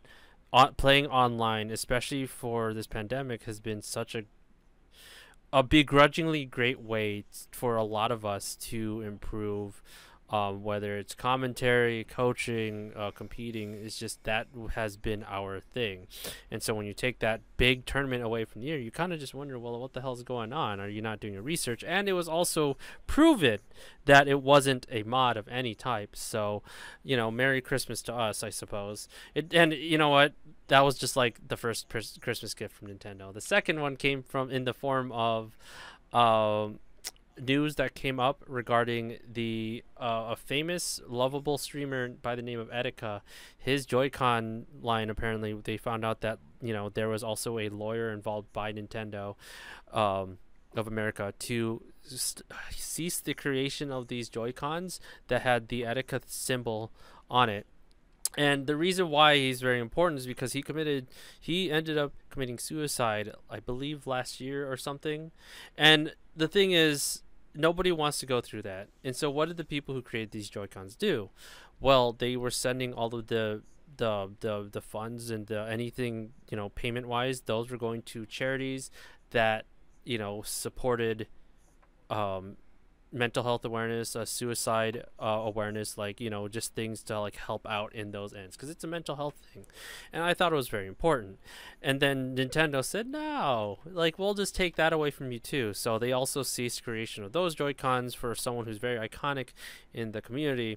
And honestly, within the past week, for those of you who love Splatoon, the finals that were going to be streamed through Nintendo Versus for Splatoon 2, the teams had either a hashtag free Melee or a hashtag save Smash or some variation of that support for the Smash community in the Splatoon teams. And so Nintendo cut the plug on those live streams. And I think my favorite part of this story is, since after they cut those streams, those Splatoon players made their own stream, raised more money, and I think they also put that into, like, the prize pool was there too, and I think they also sent that to charity as well. So that was also pretty insane. It was very awesome of the Splatoon community to assist the Smash community in that sense. And that's why, like, the character reveal for this evening was it was exciting. I will say I was very excited. I was very hyped. I haven't felt this excited about a trailer for a character release in Smash since the first one, which was Joker. But I mean, one, I'm not going to get my money back. Like, I can't ask for a refund for my my electronic DLC Fighters Pass Season 2 on the Nintendo Switch. But, at the very least, I could still enjoy a game that I love to do, that I've been playing since 64, which, if anybody wants to know what a 64 is, I meant the Nintendo 64, because I'm that old. It's one of those things where it's okay to still love and be appreciative of the game that you have, but you could also totally give shit and hate the company who also is doing that, because they're not supporting. They're really not. And there are so many, like, I don't think it's necessarily hearsay, but there are a lot of people who are complaining about Nintendo doing scummy things in the background, like the reason as to why, like, Project M, Brawl, where they didn't succeed as an esport itself. So I mean, Melee really just starting up the ground in Melee, and famous players like Leffen, HBox from the Melee scene, they were even talking about how, yeah, no, it's been like this for a while, guys. Sucks. So I mean, the lack of support still very much astounds me. Will I continue to play Smash? Absolutely. It's still one of my favorite games. I'm still gonna hate the shit out of Nintendo for a while though. Like I passed up a copy of Age of Calamity just so I could buy this game. By the way, also was nominated for a good narration, so you should probably check this out. 13 Sentinels Aegis Rim. It has wonderful voice acting.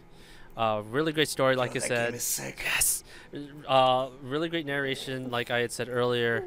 And it's just the art itself. It's also by Atlas in Vanillaware. Atlas being the creators of the Persona series. So if you guys are interested to that, that is also a really good time. Before we move off of Nintendo, I kind of want to like talk about it just like a little bit more. Yeah. It really seems like Nintendo has kind of gone nuclear over the past like few months or so. Like, so another recent thing that has happened with Nintendo is they've started sending a shit ton of DMCA notices to anybody who uses Zelda or Mario music in their YouTube videos. Yeah. So there have been a ton of takedowns on that. And then I'm sure anybody who is familiar with me from previous video that I have made. I know what you're going to say. The Super Mario 3D All-Stars collection. I still maintain that is a really bad collection of games. I believe it. It's a really bad collection of games, and the fact that the policies around it, that it's going to be a limited time availability on both physical and digital, it astounds me. Mario 35, their Mario version of a battle royale game, is also only available for a limited time as well. That one I'm a little less like I'm a little bit more whatever about that, just because of the fact that it's a multiplayer only kind of thing, and that it's but whatever. I think it's still really crappy that it's only available for a limited amount of time. And then you also have the new they're finally bringing the original Fire Emblem over to the US and making it available. However, rather than putting it on, I think it's available now. Okay. However, rather than putting it on the they have these wonderful collection of NES and Super NES games that you can play if you have a Nintendo Switch Online subscription. Rather than putting it there where it would make sense to do that, like what they did with Star Fox 2, they are charging people $7 for it, and then if you don't buy it by March 31st, it's going away again.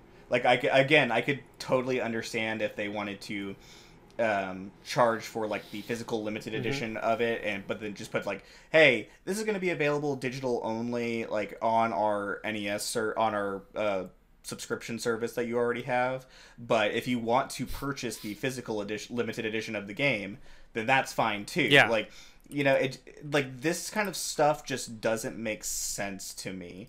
Like it feels like, I don't know, it just feels like Nintendo is just really getting out there with a bunch of just really weird decisions that like just don't read as pro-consumer to me at all. And I think there's a lot of reasons, and you'll see like professional like smashers, they will move towards like different fighting games, because I know Leffen, for example, like a very well-known name in the Smash community, like he's been more focused on other fighting games outside of Melee, because he doesn't want to deal with that crap right anymore. Like he's been doing Tekken, Grand Blue, Dragon Ball FighterZ, The Buzz, more of a brawl. I think starting from Brawl Smash 4 to now, he's been doing more games that are as such. Like I'd say Dragon Ball FighterZ. I heard Ultimate Marvel vs. Capcom 3 somewhere along the line, but like the point is, you have all of these like different fighting game, professionals that they're moving out, and they're doing different things as well. So, it's so hard to actually stick to something that doesn't give you as much support. like especially for like when you have a lot of fighting game developers, excuse me, like Capcom, for example. They'll support their fighting games, and that's a point I want to make, by the way. Every developer, it's every for esports to thrive, you need a certain amount of backing from the developer. So it's not just Nintendo. I mean, like, you have Capcom supporting Street Fighter 5. Yeah. Yeah, Capcom is supporting Street Fighter 5. You have I don't even know who it is right now. Koei Tecmo supporting Tekken. You have gosh, I'm looking at all. Oh, right. Let's go to other not fighting games. Let's go to, Call of Duty. You have Activision supporting them. You have Riot supporting League. Whoever the hell made Rocket League, they're supporting it, and they started off as an indie game. Like, that's the point. Like, you have this support. Yeah, nobody cares about Marvel Infinite, though. It's fine. Yeah. I don't care about it. Like, I love it. They had some cool ideas with Marvel Infinite, like the fight for the stones, tournament series was a really, really cool idea. So for anybody who doesn't know what the fight for the stones tournament series was, so Marvel vs. Capcom Infinite had the idea of bringing the Infinity Stones from Marvel into the games as basically assists. Like, each one kind of gave you a different advantage or power while fighting. So they did a tournament series where if you won, you got a Infinity Stone, and the Infinity Stone had different applications within the actual tournament itself. There was one that would basically let you, I think it let you switch seeds with another person in the tournament. There was one that would let you guarantee the first hit in a round or something like that, which is insane in a game like Marvel vs. Capcom, where first hit means everything. You know? And it's so fast paced too. If you've ever played, anybody has ever played Marvel vs. Capcom 3 in general, just the amount of shenanigans happening on screen, just like he said, one hit, really, it's hard to get out of a lot of things. And if your opponent is able to get these things called infinites, like these infinite combos, you're kind of screwed. So it's definitely one of those play neutral first, get screwed later kind of thing. It's a very cool idea for a tournament series, though. That is a really cool idea. It just sucks that Marvel vs. Capcom Infinite was a shitty fighting game. Yep. No, I agree. Especially in comparison to the prior entry in the game, Ultimate Marvel vs. Capcom 3, which was regarded as a really good fighting game, and then then Infinite had to come out alongside Dragon Ball FighterZ, which is still played a ton to this day and is really regarded as a fantastic game. But again, just a lot of support for this a community. I think something needs to change. It's one of those things where Nintendo's acting like that dad who's never really around, but he just happened to come home every once in a blue moon. It was just here's those AirPods you wanted, but those AirPods came in the form of Sephiroth, and I don't think I think 40% of the people weren't expecting it, but they were kind of still happy about it regardless. And I mean, I was personally happy, but it's still one of those things where it's just you're trying to buy not me necessarily specifically, but just in general, you're trying to buy the community's happiness. And I think that's they really pushed the button. They put their big kid pants on and were we should probably just give them this to appease the masses kind of thing. And that's kind of what it feels like. It was just very weirdly timed. Do I think they can not instigate? Do you think they could go behind the scenes and do that? Probably not. But it's just, again, it was very well timed, and I just think that, again, a lot of support is needed for these esports events to go through. And these quote unquote paltry gifts, as much as I really appreciate having Sephiroth coming in, it's still very much an issue that just you're putting a bandage over a gunshot wound. So Sephiroth's a cool addition. I just wish it was Dante instead. Yeah, no, one of my best friends does as well. The Game Awards was pretty great. I think for those of you who also don't know, The Last of Us 2 Part 2 wins Game of the Year. I'm also kind of mixed about that too. I I think it's a great game. I just don't like the things that happened surrounding that, and I think that's really hard for me to also like accept as well. I mean, narrative could have been better for sure.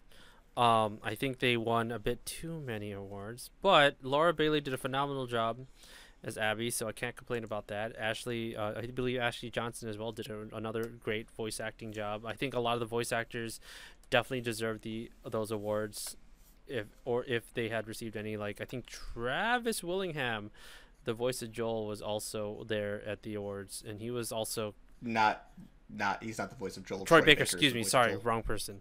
Troy Baker was there, I think. Was it Troy? God, I wish I didn't leave for those 5 minutes.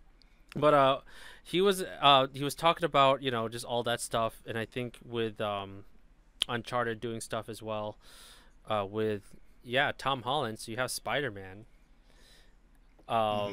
You know, that's going to be another interesting thing that happens in the Uncharted cinematic universe, for lack of a better phrase. Seriously, Tom Holland? I'm still wrapping my head around the Tom Holland pick for that one, but he was at the awards at least, so that was really cool. While we're talking about Last of Us 2, there was a tweet that I saw while we were taking our break that made me it really is interesting to me. So Last of Us Part 2 also won Best Game Direction. And somebody pointed out, because another game that got nominated for that was Hades, which is made by Supergiant Games. And so somebody pointed out, a studio that gave mandatory time off and vacations to its employees, releasing arguably the most critically acclaimed game of this year under no crunch whatsoever, was snubbed, and the award given to game direction that was given to a studio that forced 80-hour work weeks and hospitalizations from overwork. Yep. Oh. That's kind of one of those issues as well. I hate that. Because it's... God, and I'd feel bad because I feel like if there wasn't that if they didn't get those awards, then in a way it just feel like, you know, all those things that those people did, it would all have been for naught, you know. But at the same time, it's just kind of like, you also don't want to give that kind of. You don't want to reward that type of behavior, because then it just allows them to keep doing it their next game. It's like, well, this is what won us the thing, so this is what you're expected to do. No, and it's super unfortunate, but I mean, granted, I feel like in a way they did deserve some of those things, but I just, again, it's a very bittersweet acceptance of these of those awards. You know, I have a copy of it. I have not yet played it. I have heard interesting things, and I forgot, even if people spoil it for me, I forgot what it was, and I think that's going to be a Let's Play sometime in the near future. But aside from that, you know, we had I don't even know what to say to that, because I mean, I don't know if she was a good character or not. I just heard Laura Bailey, and anything really Laura Bailey does usually turns into gold. So yeah, so I have respect for her, mad respect for her, and a lot of the voice talent that was in the game at the very least. More things from the Game Awards. It was also Mario's 35th anniversary. So talking about that stuff, Kyle, you know, the Mario collection that they had, and the London Philharmonic always coming in with the tunes, so they did really well today as well. I think Final Fantasy VII, I think I put somewhere that they also won Best Musical Direction or something. Hold on, I know I put it here somewhere, or maybe not. But they won Best Music, which was great. Animal Crossing also got the Family Game of the Year. I'm surprised they didn't get Game of the Year, because like that and Among Us were like those two games that really kept families together at this point. Phasmophobia, for those of you who like your scary gamey kickies, and aka what's it called? Shoot. It's that one scary movie where you had to like, God, there's a lot of scary movies. But basically, I don't do scary, so don't look at me.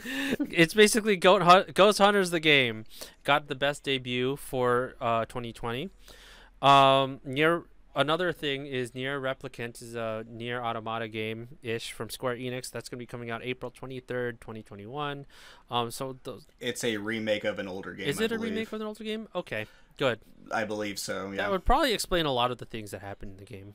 You know. Yeah, Genshin. For those of you who do play Genshin, though, they are actually giving out 800 free primogems between now and I believe between the 12th and the 17th.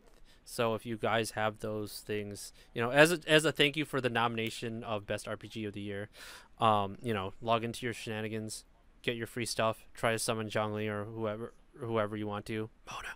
So you guys could just do that whenever you guys want. Well, when they show up. Best esports game of the year has been I guess it's been a running game for like a while now. I mean, League of Legends is a pretty solid game. Have you guys ever played League of Legends? No. I have tried it. I prefer Dota. That's fair. I mean, gosh, I'd prefer Dota too. Dota as well. Well, yeah. But okay. I think like I said, with regarding support, I think League of Legends definitely gets more support than Dota, but Dota still gets its own support as an esport, which is actually kind of nice. Best esports team goes to G2. They dip their hands in a lot of things. League of Legends being one of them. I think they have Overwatch, CS:GO. Your typical esports games. Just kind of like running through the list of things so we can I don't have to keep talking and stuff. But talking about collegiate esports, Tespa, the overall... Oh yeah, Hades did win action indie game. And Hades was a really good game. Honestly, that is a shame that it only won those, to be quite honest. Yeah. Like, it was the second most nominated game at the Game Awards, behind Last of Us 2, and it only won at Best Action and Best Indie, which, like... That's really disappointing to me. Yeah. Because, yeah, again, kind of like what we were talking about earlier about just like overall Supergiant as a developer is phenomenal, and that game is like across the board. Anybody who has really like put time into it has been like, yeah, this is Game of the Year material. Yeah, I mean. I saw like I think you were one of them, but I saw multiple people streaming it, so I would stop by, and honestly, it just looks super. It looks super fun, like not really bullet helly, but it was just like from that top down view, like just watching it, and then like just having a lot of those Greek mythology characters just kind of showing up and just doing stuff. I thought it was really. It's very much a controlled chaos. Yes. Like at first, like when you're watching it, like you're like, how does he or she understand anything that's going on the screen? But once you actually like really kind of get into it, it's like you're in control the entire time. You know what you are doing. No, I agree. I think I definitely think like the Game Awards, apparently people making it sound like the 2020 election, the U.S. election, excuse me. So that was a really interesting thing to note as well. I mean, like again, The Last of Us Part 2. I don't know what happens in the game. I remember playing The Last of Us. I cried. I lost my horse. It was really sad. My plan for The Last of Us Part 2, because I have not played it yet, is that I want to give it some more time to breathe, so that way like the discourse and conversation about it has dissipated, so that way when I go in to actually play it, I'll be able to kind of go in with like a fresh slate and with my own point of view, so that way I can form my own opinions and not just be like, oh man, well so and so said this, but so and so said that, so I don't know what to think. Yeah, no, and I'm kind of on that same mindset. Like I honestly, after the Sephiroth reveal, like I was thinking to myself, maybe I should actually finish like even Final Fantasy VII Remake, because I did get that started. I just haven't went through it. I have literally fallen in love with all of those characters, and it sucks because they look so pretty, and I'm like, why can't this be real life? But that aside, like Game Awards, if you guys have any like issues with the Game Awards, you like obviously like your comments and thoughts, just go ahead and post those in the comment section, or just like write notes to us. We could definitely talk about it the following the next episode as well. But like, you know, let's let that one sit around, just chill out for a little bit, and then we'll just like fester in our salty tears or happiness, depending on if you liked it or not. Just let us know how that goes. We'll definitely be down to talk about that. The next thing, by the way, if you guys are huge Star Wars fans, if you guys don't know the name Hayden Christensen, he's Anakin Skywalker. He's going to be reprising his role as Darth Vader in the Obi-Wan Kenobi series, which... Do you guys like Star Wars? Yeah? Absolutely. Yeah? I've watched them. I am not as big as a fan. People are gonna hate me for this. My husband is a huge Star Wars nerd, and I am not really. I like The Mandalorian. I think that they've done really well with that. With at least show's capturing. rad. Yeah, it's really good. It captured my attention. I'm like obsessed with it. The only Star Wars like from the original movies that I really like, and it's not a movie, it's a game. It's Lego Star Wars. That's like okay, but Lego That's very fair. Star Wars is legitimately goated. Like Lego Star Wars is like the best Lego game, hands down. I'm a director of Esports at Albion College. I will decree by law that it's literally the best Lego game. I don't even care. I know what I'm talking about. Okay, good. I'm glad you all are defending me. You heard it here first, folks. A competitive Lego Star Wars coming to Albion College first. I'm ready. Star Wars Legends was also... Star Wars Legends, actually. I never actually, like... That was also really interesting. I've never actually, like, delved into that one. There was a new Star Wars that got... announced. It was a VR thing today. It was in the Game Awards. That got announced today. Do you remember? No, I didn't see that. I couldn't remember. I think it was during our break or whatever, or it was before we got started. It was really interesting. But you got to meet Yoda. VR has become such a disappointment to me. Like, it has totally like when they introduced the Vive, the Rift, and the PSVR, it was still such an expensive thing, and then there weren't a lot of adopters to it, and so people really stopped like developing like full. Like, that's why like I was glad that Half-Life Alyx 1 is, because it was a full actual game experience that is only available to play in VR. If there were more like developers that were creating games like that for VR headsets, I think it would be a completely different ball game. But honestly, like, you just end up getting a lot of the same stuff over and over again on VR headsets, shooting galleries, like shit like that. It seems like like that part of the industry is just so stagnant. Mm-hmm. I think Sword Art Online maybe put the cap right there, like the hurdle. Like, hey, unless I get stuck in my own virtual realm, VR sucks. Like, no.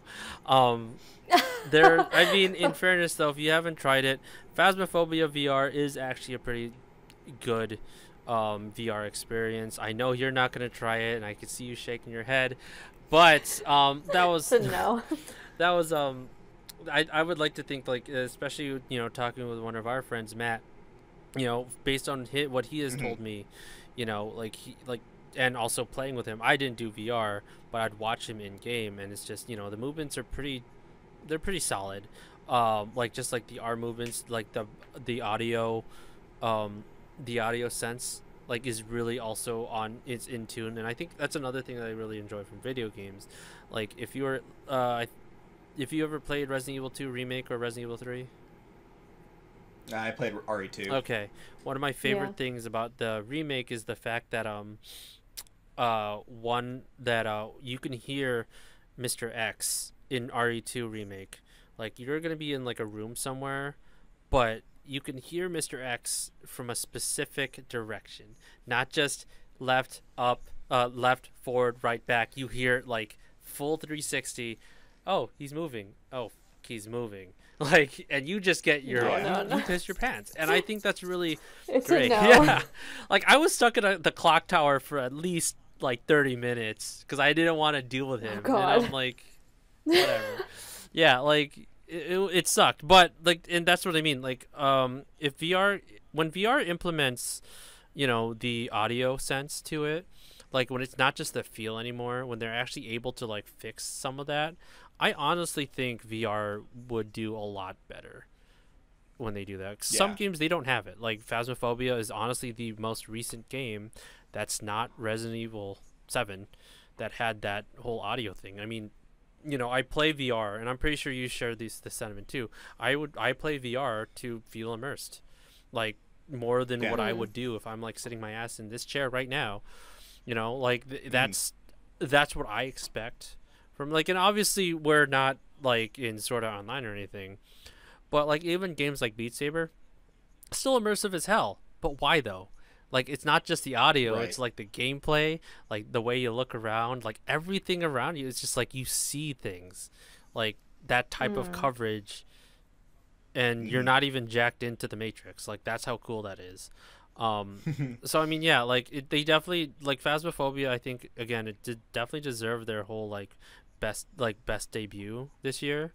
And I hope they keep going, or at least other games too will follow that with the whole VR immersion, because they did a really good job on that. Like, and I agree, I don't think a lot of games did that as well as they did. So yeah, no, that's I think that's enough from me.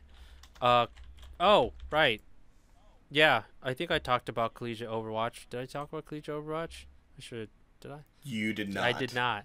I guess for those of you who are doing Collegiate Overwatch, I am super sorry that I have come to inform everybody that if you haven't heard, TESPA, the Collegiate Esports League for Overwatch, and it was actually sponsored by Blizzard.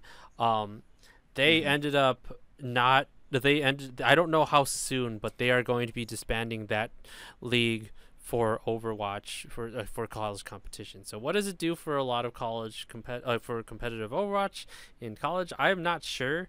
It's definitely gonna make things a little bit harder, but there are a lot of leagues to circumvent the you know, the inability to go through that pathway. I heard they're going to be doing a few mergings of somewhere down the line, like everybody else has been doing this year.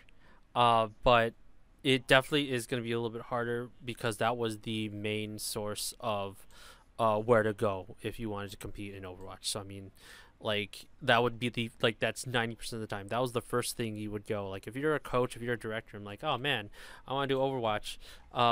It's like, where should I go? Oh yeah, dude, just sign up for TESPA, and then you just kind of go from there. Like you could find other leagues and do whatever, but TESPA was that hub. I never especially liked TESPA because they were all the way in the West Coast, so I didn't like it because I would have players who would have to compete at like 9 p.m. on a Sunday when all they want to do is like stay up a bit longer, and hope they survive for Monday morning class at 8 a.m. Like. But like, you know, West Coast, that's 3 hours away. You guys are an hour away, but that's doable, right? 3 hours away is like hard, you know? Yeah, it's tough. Exactly. So I definitely think like, I mean, aside from that, like it's aside from the issues, and they did listen to complaints and they moved things back an hour, but it was still pretty late. But I think it's still, again, that's an end of an era for Overwatch and the collegiate scene. Like it was all TESPA at the time, but now you have Playversus, you have CSL Collegiate Star League, you have Upsurge.gg, so just all these different things, and even NACE now is doing their own thing, so you don't have to go through TESPA anymore. And I think that's really interesting. Esports is such a huge evolving, it's an evolving way, it's an evolving life form that's like, even though it's been around for like, at least I'm hearing 14 years at most, but like at least for me in my personal life, I've seen it within the past five to six, you know. Like, and it's still such an evolving, you know, scene, like all around in any game. It doesn't matter which title. So I mean, I think it's interesting to note that, you know, that again, an end of an era. Like you're gonna see, like Overwatch is still going to be thriving somehow. I mean, especially with Overwatch 2 around the horizon somewhere in the near future in like 2023. I don't know. Not literally, that was a joke. But I just think a lot of it's going to be harder for coaches and directors to actually find a little bit more meaning, and I think they will. But now we have to like really adjust to those changes. So, but I think, yeah. That being said, I think that's it from me. Because I don't want to take over a lot of stuff. And Kyle, you got your own shenanigans too. Oh boy, do I! You do. The chaos begins. There we go. All right, let's talk about CyberPunk 2077, shall we? So the game officially released today, but the embargo on reviews ended, I believe, yesterday. I believe it was yesterday or the day before. Yeah. God. Okay, so gotta take my glasses off for this. So overall, scores have been coming in. Scores have been coming in really good. I think it has like a 90 on Metacritic right now, which is respectable, you know.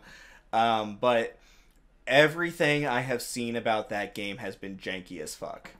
And like it's been talked about a lot in the reviews as well for it. There's a lot of really bad bugs, and you know, I think it's a lot of people are going to be like, oh, so it's a CD Projekt Red game. Oh, well, that's not too bad. I played Fallout 4 or I played Skyrim. And like, I think there's like this mentality that we kind of need to get over as consumers of this idea that releasing a game that with a bunch of jank is not okay anymore. You know, if you're like for a full price game. Now, if you want to release that game and it's in early access and it's got problems like that, I've got no problem with that. If you want to like charge people like a reduced price, even if you wanted to put CyberPunk out for like, let's just say $40 right now and say this is an early access build, we're continuing to fix the problems that are in this game, that's fine. But I don't think it's responsible as consumers at this point for us to say that the level of jank that is in Cyberpunk 2077 right now is acceptable. Now, I understand that the mileage will vary for people as far as like what the overall amount of bugs that they'll experience, and that's been said in reviews as well. Is that there were some reviews that were like, I barely noticed any of the bugs. Like, yeah, maybe there were like some weird animation bugs every now and then, whereas I'm a big fan of GiantBomb.com. They are a site that has been covering video games for a while now. They did yesterday they did a live, one of their video series they do is called a quick look. It's not actually quick. They do a pretty in-depth look at these games where it's just straight up for an hour and 45 minutes they played Cyberpunk. On stream, they recorded it, and now it's up on YouTube. I highly suggest people go watch it. I saw so many damn bugs in the first 10 minutes of that hour and 45-minute video. It's insane. And at one point, Jeff, who's basically the head of the company, was in on that video and was saying, yeah, there was a point where the frames dropped so hard while I was driving that I refused to drive in that game anymore. I would force myself to walk because it was basically borderline unplayable in the state that it was in. And again, mileage will vary, right? There are some people that will be like, oh yeah, maybe I had a hiccup or like a couple of like frame rate drops, but other than that, it was nothing. But the fact that, you know, the other really weird and off thing about this whole thing is that CD Projekt Red only provided PC review copies of the game for people for the press to review, which is a little suspicious considering that one of the main reasons that they delayed the game the last time was because they had concerns about the quality of the console versions of the game. Yeah. Because they were having to make it for so many different versions of the game, because they were having to make it for PC, Xbox One, PS4, Xbox One X, PS4 Pro, PS5, Xbox Series X, Xbox Series S, and Google Stadia. So they're having to make 9 versions of the game. And they said that having to develop for so many different forms of console was what they really needed more time on. But now you have yeah, kind of like what King Tuck is saying here in the chat. Cyberpunk 27 is jank on last gen, especially Xbox, and I've seen people talk about that and complain about that on Twitter. But what the response, rather than the response being like, oh man, that's really shitty, I can't believe they would send out the game like that. The response from fans of the game have been like, well, that's what you get for playing it on a PS4 when it came out in 2013. Like, no, that's not how this works. Like, no. If you're going, when you develop a game or you develop something, you're not developing it for the high-end user. You're developing it for that low-end user. And the base model Xbox Ones and base model PS4s should be able to play this game with no problem. Like, that doesn't make any kind of sense to me, that it would be like, oh, well, it's your fault that you're not going to spend $500 on...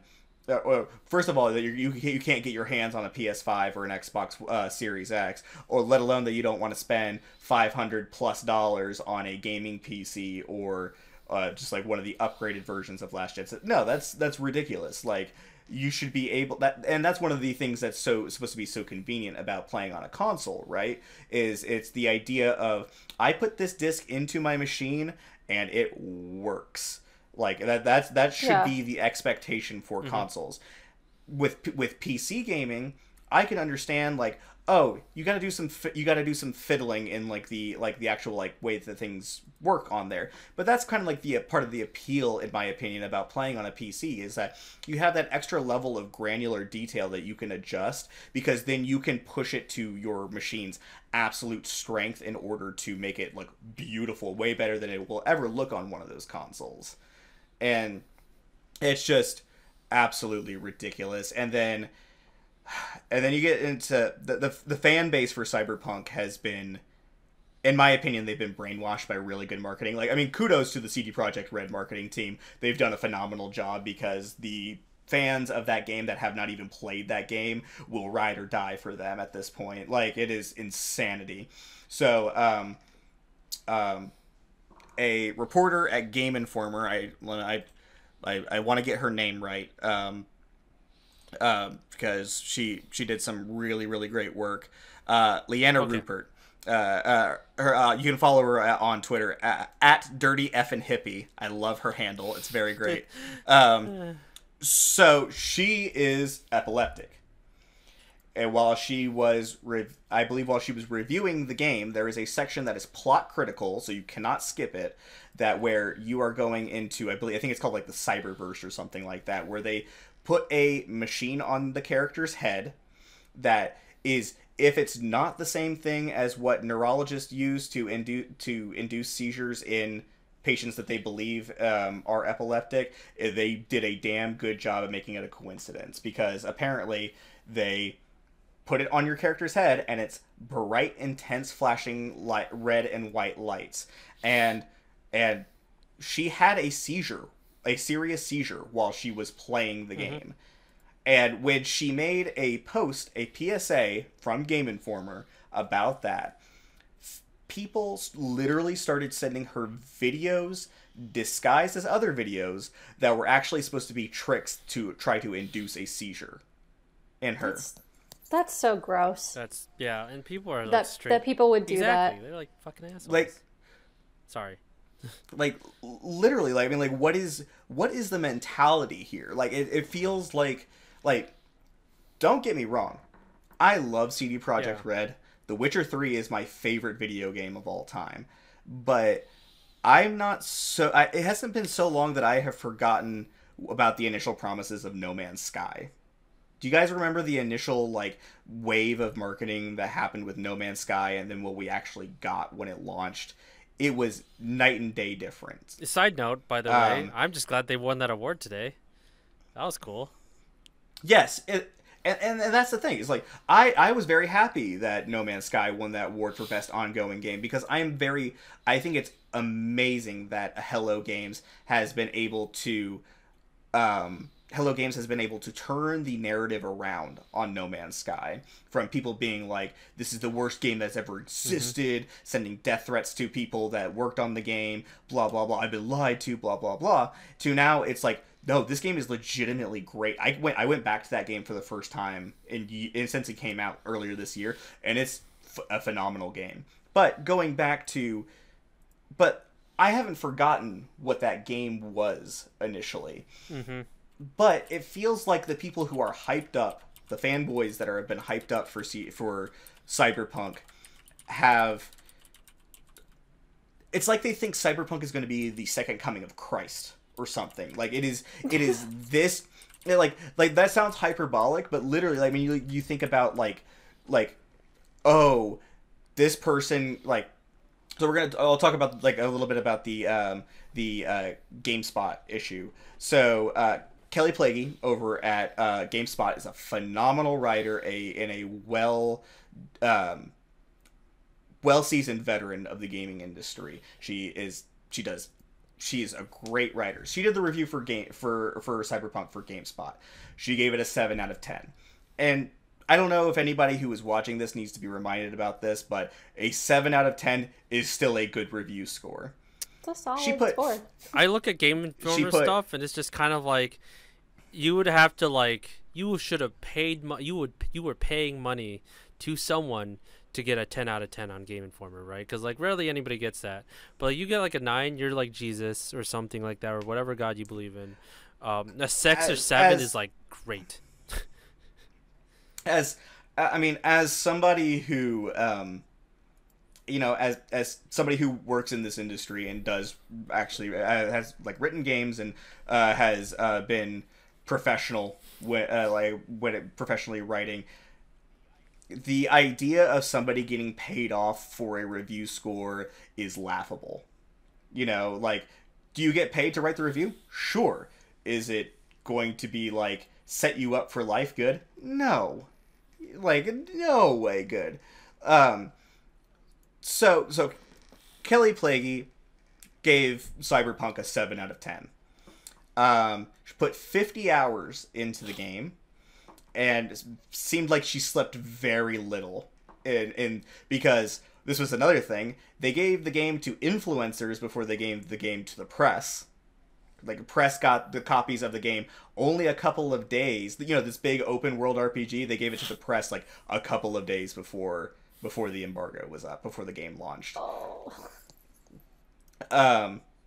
So she had a deadline, and I know a lot of people like the response is like, well, maybe like gaming websites like GameSpot and Game Informer, maybe they shouldn't have deadlines and stuff, and they should work on being like, and if that's you, just go fuck yourself. I don't care. Like that's the nature of the job. Like, you think about it, like newspapers have a deadline. Like, that's just the nature of the business, and that's just what that's what the nature of this business is. There are embargo dates, and you need to be able to put out something when that embargo lifts. That's the way that it goes. But still, 50 hours put into an open world RPG where apparently, according to some people, they managed to finish the main story in about 30 hours. So she's already putting 20 hours in more than what most people are saying how long it takes to just beat the main story.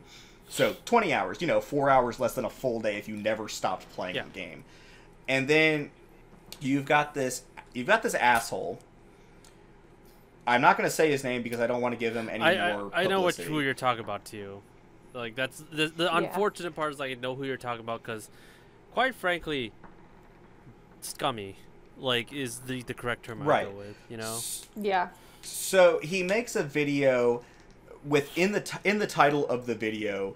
I don't want to give their channel any kind of like viewership or engagement or whatever. It was either in the thumbnail or the title, says something to the effect of, she didn't even play the game. I did see that on Twitter, like floating around that title card.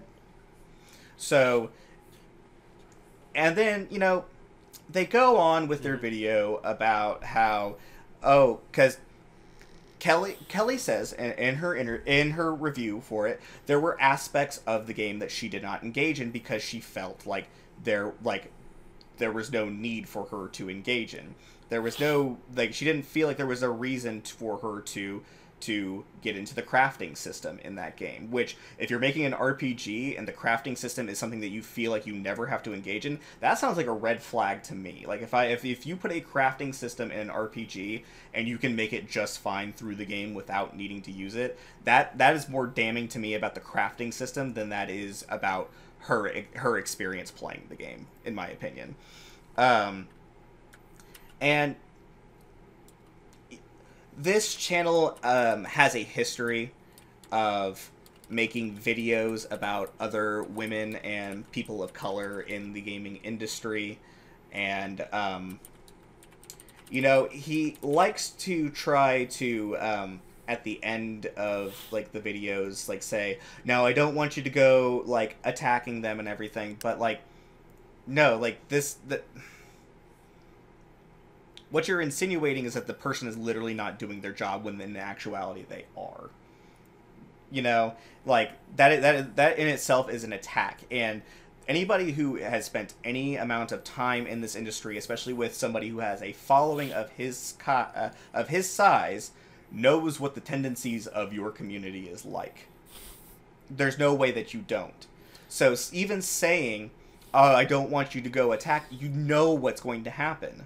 You know what's going to happen. That's just opening up to, like, say that behavior is going to happen anyway. Right.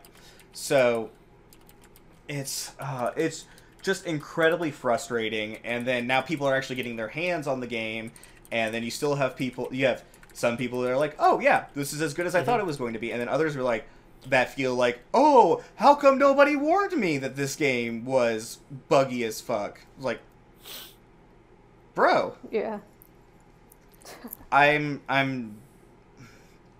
It's just really frustrating. As far as the epilepsy stuff goes, I will say, CyberPunk has acknowledged the fact that that is a problem. They've put an additional seizure warning at the beginning of the game that was not originally there when reviews were going on. And they said that they are currently working on a fix for that to try to make it more accessible for players. There's a couple of other bugs that could be, if you are planning on streaming this game, that you might want to consider before you actually do stream this game. There is a prominent bug that is, let's call it what it is. They made it in this game so that you can customize what your genitalia looks like. Cool, whatever. Apparently they put a little bit more detail into crafting your dick options than what your vagina options look like, but okay, fine, whatever. Hey man, I want to live the life of not being Asian for once, okay? From what I understand reading about the game, there are like 6 different dick options, and there's only 1 vagina option. So I don't know. Do with that information what you will.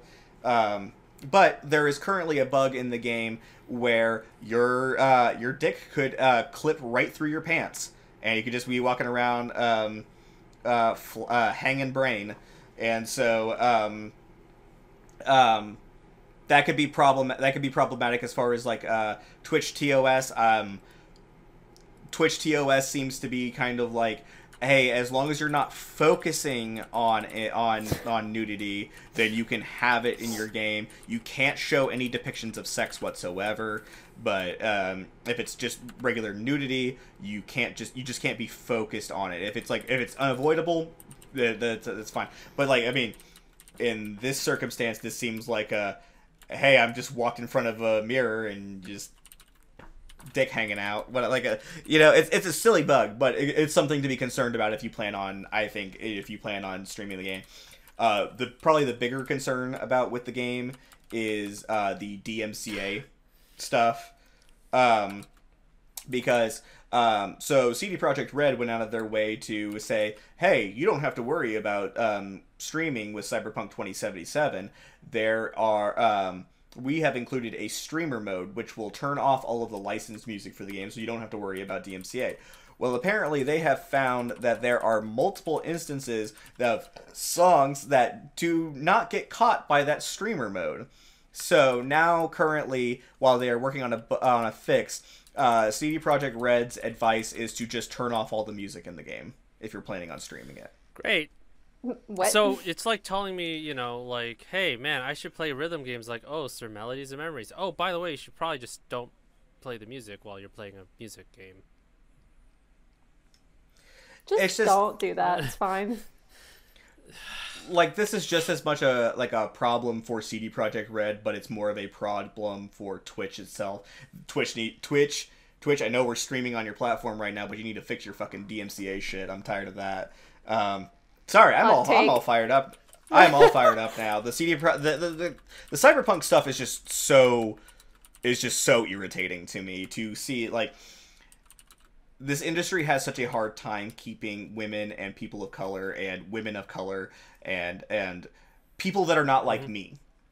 It has such a hard time keeping people that are not cisgendered heterosexual white men. It has such a hard time doing that. And CyberPunk, which is a game that I have been really looking forward to since it was announced in 2012, now seems to be a conduit for people to spread hate and, like, shove people out of this industry because they're not like me. And it's just so frustrating. Yeah, it's disheartening too, because, right, like, we're part of that industry too, and it's just like, obviously the three of us, and probably, of course, like, the people listening and whatnot, like, that would never be, the things that have been said around this game and, like, the reviews, particularly for the women who made those reviews, who got in a lot of hate for it, wouldn't do that. But, like, there's so many, like, it just sucks. Like, there are gamers who do that, and, like, it's part of, I feel like it's almost a part of, like, that culture. Like, that's like, that's what I don't know. It's someone who's kind of like, I've gamed, or, like, I've been playing video games, like, almost my whole life, but not, I'm kind of newer into, like, the industry and, like, watching people online and that sort of thing. So that's coming into it, or, being someone who isn't the core, like, demographic or focus of some of these games, it's a little disheartening. And it just really sucks that, people are attacking others about a review.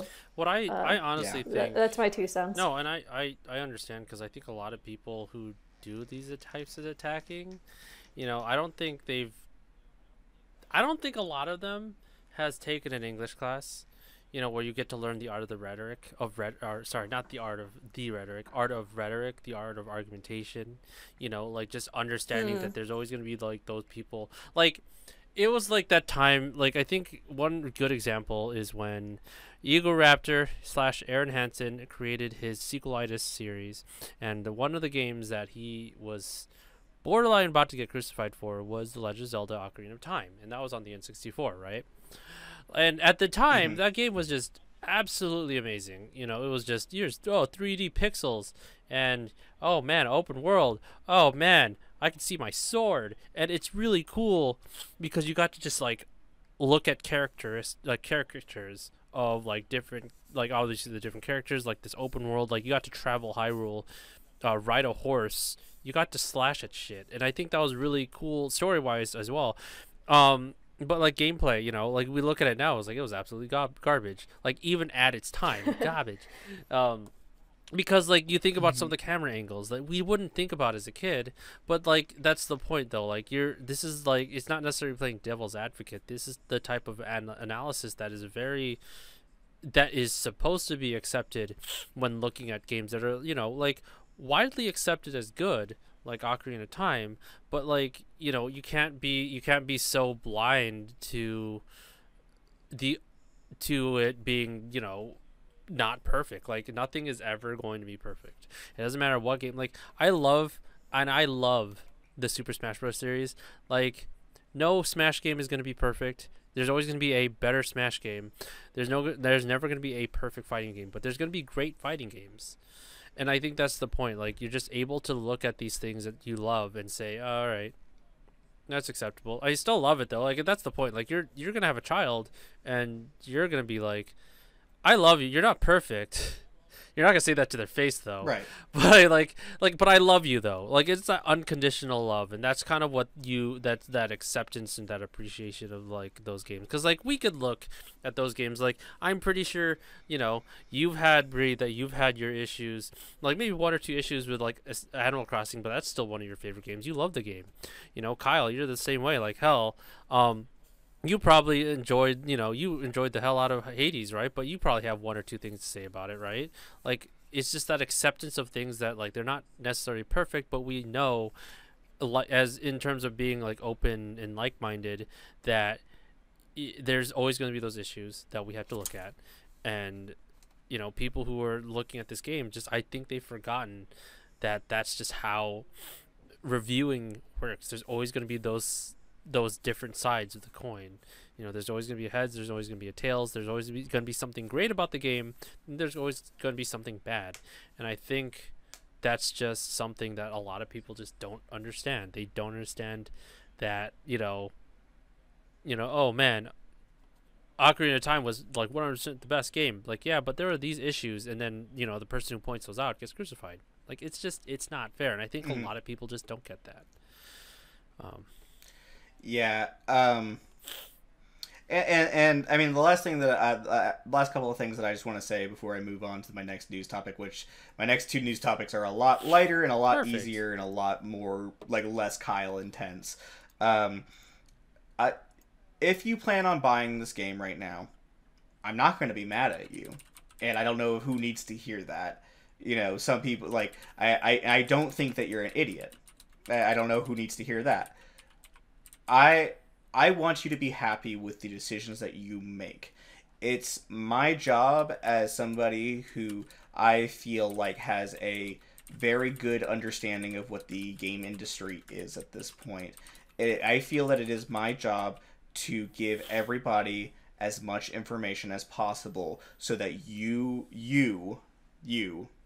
can make a informed decision with your purchase. Video games are expensive. Right now they're $60, but I mean, we know that PS5 games are going to be $70 soon. And it's only a matter of time before the rest of the industry follows that trend.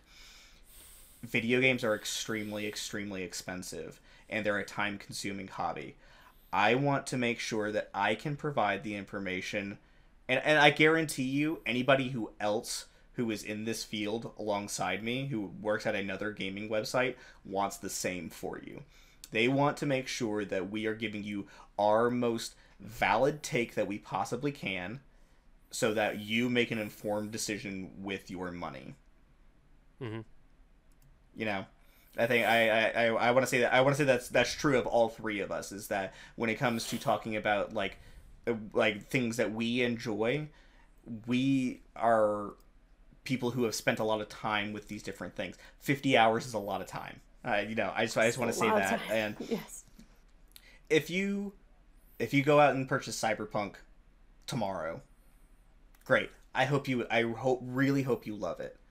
That's really all I really want to say about in regards to that.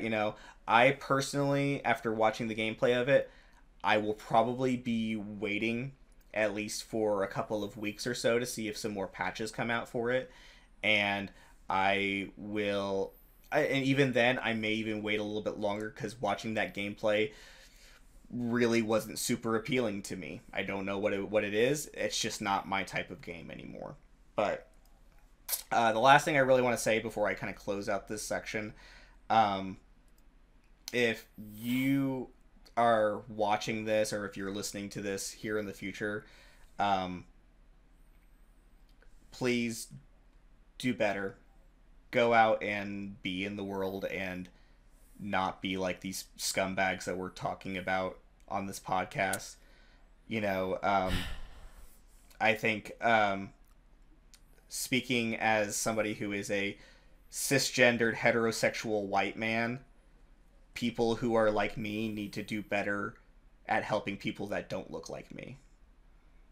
And I really encourage everybody who does look like me to go and help and try to advocate for people that don't look like us. Yeah. that's really all I've got to say about CyberPunk.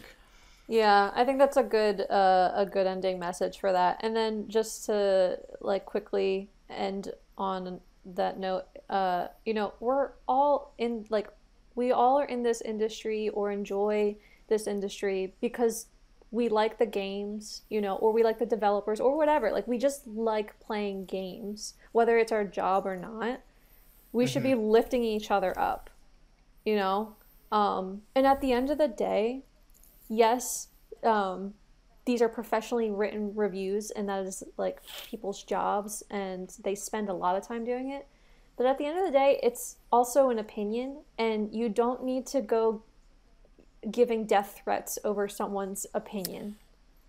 100%. So I'll just leave it at that. Let's lift each other up. Like, we shouldn't be so divided as an industry that's based off of like playing games and having fun. Tell somebody that you love them today. That's my challenge for you. Anybody that listens to this, hears this, tell somebody that doesn't look like me that you love them today. How about that? Everyone needs to do it. Report it's a back. requirement. That's your homework. That's your homework for this week. You're getting homework every episode now. Let's move on to a lighter note, by the way. Let's move on to a lighter note regarding Cyberpunk. If you guys are a fan of Sharami Lei, she's the voice of Asuna in Sword Art Online, Michiru in Brand New Animal.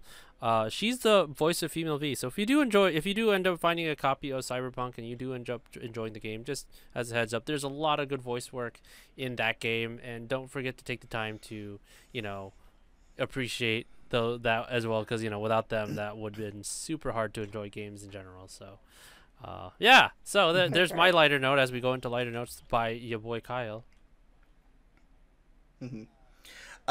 So lighter note, and on the topic of making sure that you spend your money wisely when it comes to video games, let's talk about some Xbox Game Pass First off, stuff. I don't think they want to hear anything about us spending money wisely, and we play Genshin. It's so. I haven't paid into it. I'm still safe. I'm just gonna be guilty about that one and say I have. I won't tell, but I wish to observe my Fifth Amendment rights as an American. I agree. I am with you on that, brother. We got some new statistics for Game Pass. According to Xbox, in November, Game Pass monthly engagement more than doubled from the prior year. Wow. We also got some statistics about smart delivery, which, if anybody doesn't know, smart delivery is a feature of the Xbox Series X and Series S, where it's if you own the game already on Xbox One, you automatically get a free upgrade to the Series X and Series S version when you upgrade to the consoles. You don't have to worry about paying an additional fee or buying a new version. According to Xbox, over 1.6 million seamless upgrades delivered to Xbox Series X/S owners with smart delivery, which is phenomenal. Phenomenal. Okay. Let's see. Over 40% of you joining Xbox for the first time are playing on the Xbox Series S.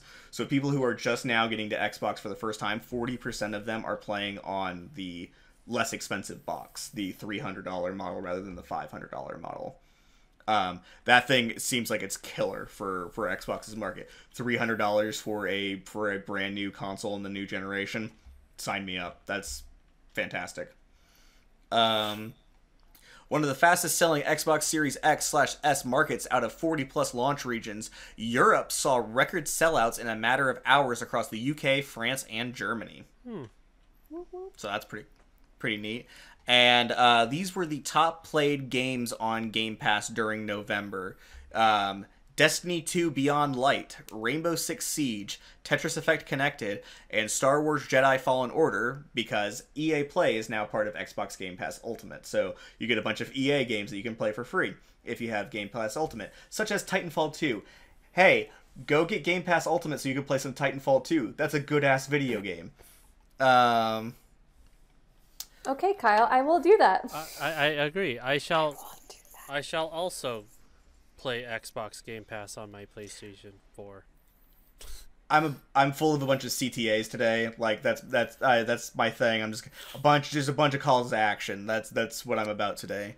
Love it. But yeah, I thought that was a bunch of really cool, interesting statistics about Game Pass.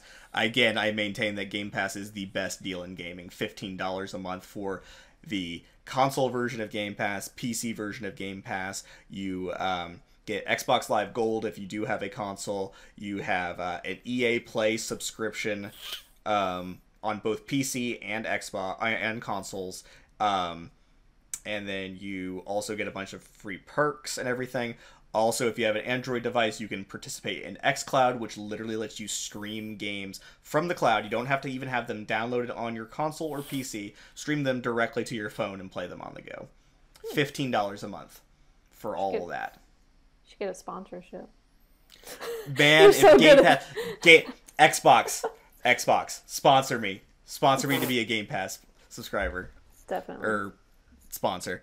And then, so finally, my last little news story is we got to talk about the Spider-Man movie that's coming out, because they literally just keep on being like, oh yeah, so-and-so's in it now too. Alfred Molina, you know, the guy who played Doc Ock in Spider-Man 2 back in, what was that, fucking 2004? A long time ago. Yeah, he's coming back. It was a while ago, yeah. He's coming back to play Doc Ock in the new Spider-Man movie. Apparently, I don't know if this is rumored or confirmed, but apparently Tobey Maguire, Andrew Garfield, Kristen Dunst, and Emma Stone are all returning as their respective roles. Of course, Tobey Maguire and Andrew Garfield playing Spider-Man, Kristen Dunst playing Mary Jane Watson, and Emma Stone playing Gwen Stacy. We already know that Jamie Foxx is coming back as Electro, and apparently Charlie Cox is coming back to Marvel playing Daredevil in this movie. What the fuck is going on in this with this movie? We got J.K. Simmons playing J. Jonah Jameson. I'm so glad he is. I'm so glad he still is. Now it's become a meme. It's like, yes, now so-and-so from that old Spider-Man movie is also going to become, like, that's become the new meme, is just, like, randomly confirming characters to be coming back. And so it's like, I don't know what's going on with this movie. I think it sounds like they're trying to do some kind of live action Spider-Verse thing, which I'm hopeful for, but it's a little okay. I was like, a little dusty. It's a little dusty, but this is one of my all-time favorite movies. Into the Spider-Verse, So my philosophy is, if it's one of my all-time favorite movies, I need to own it on Blu-ray. That's how I otherwise I probably won't even bother purchasing it. But if it's one of my all-time favorite movies, it is going. I'm getting a Blu-ray of it, and it's going. Even if I don't use it, I want to own it. Yeah. Into the Spider-Verse is one of my all-time. It is my favorite superhero movie of all time. Out of all of them. And so I'm very nervous about them trying to do this live action one. If they can pull it off, that'll be awesome. But I have my doubts. Right. You know. But yeah, that's me for news. Cool. Spent a long time talking about CyberPunk, and I just kind of wanted to breeze through the other stuff because they're a little bit more lighthearted. I mean, 2020 has just been such an ass week.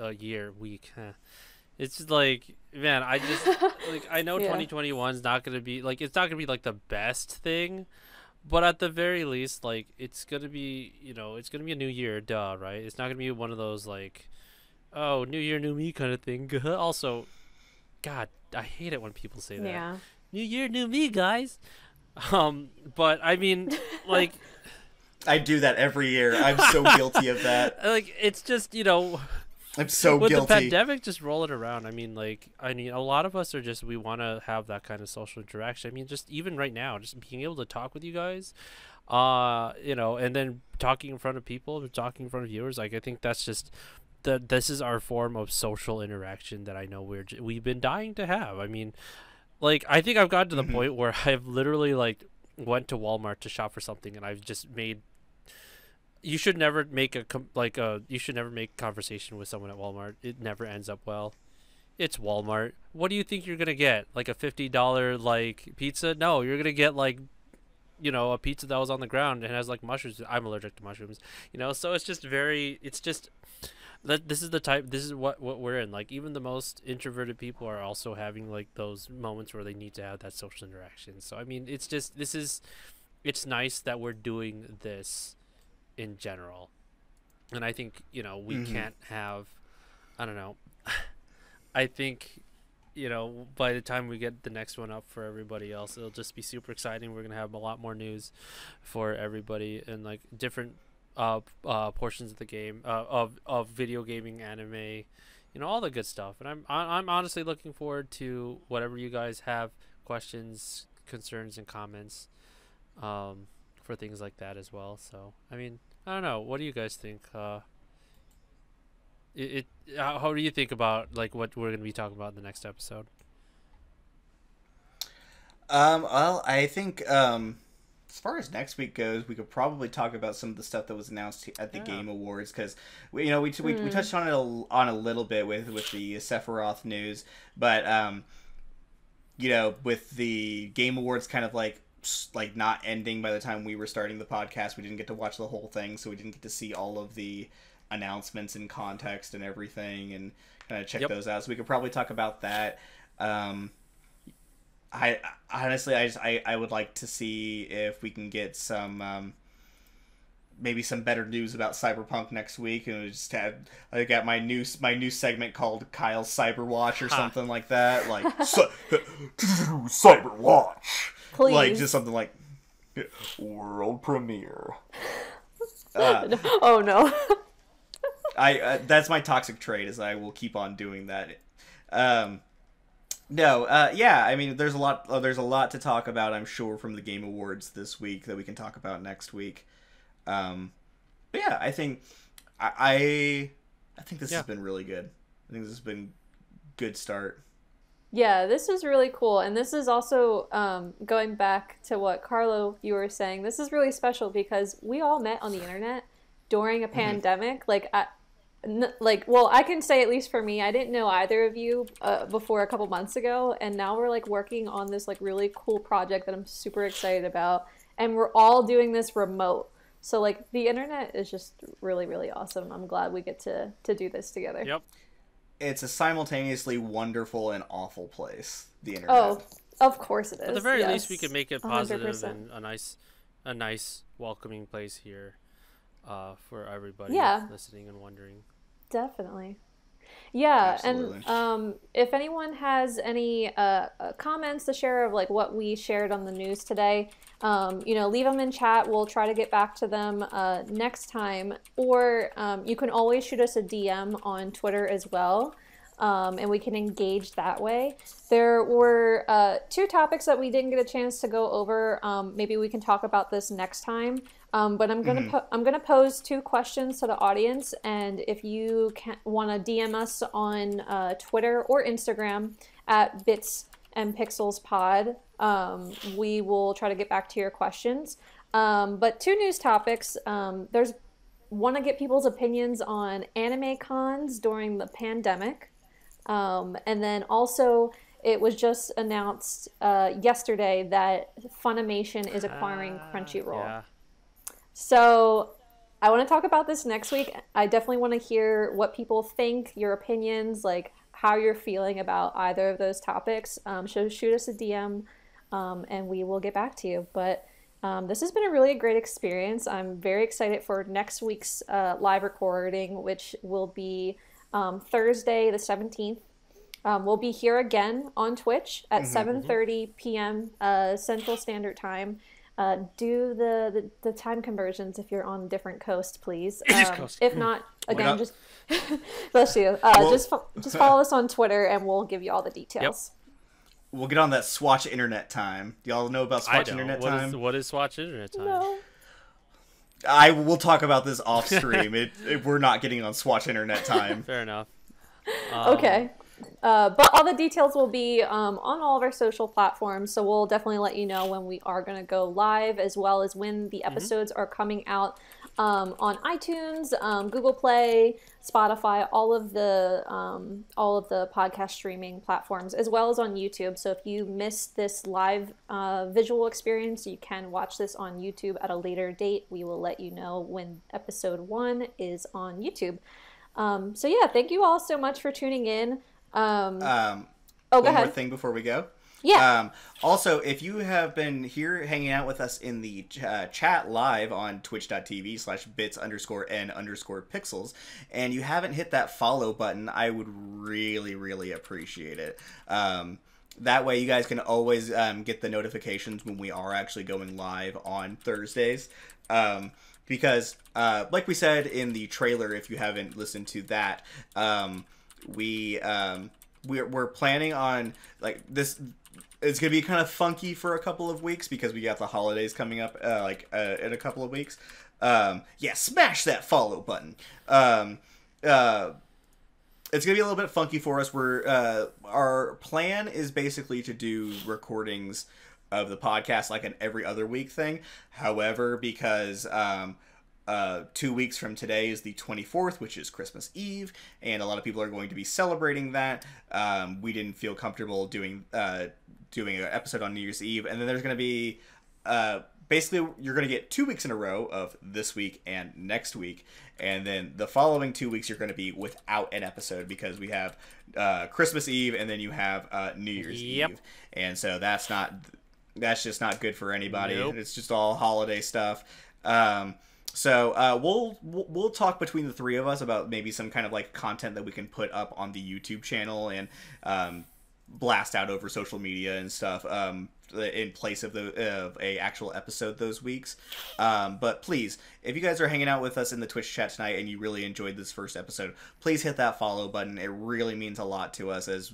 Like we said, this is episode 1, and hopefully it's episode 1 of many to come. Yes. Yep.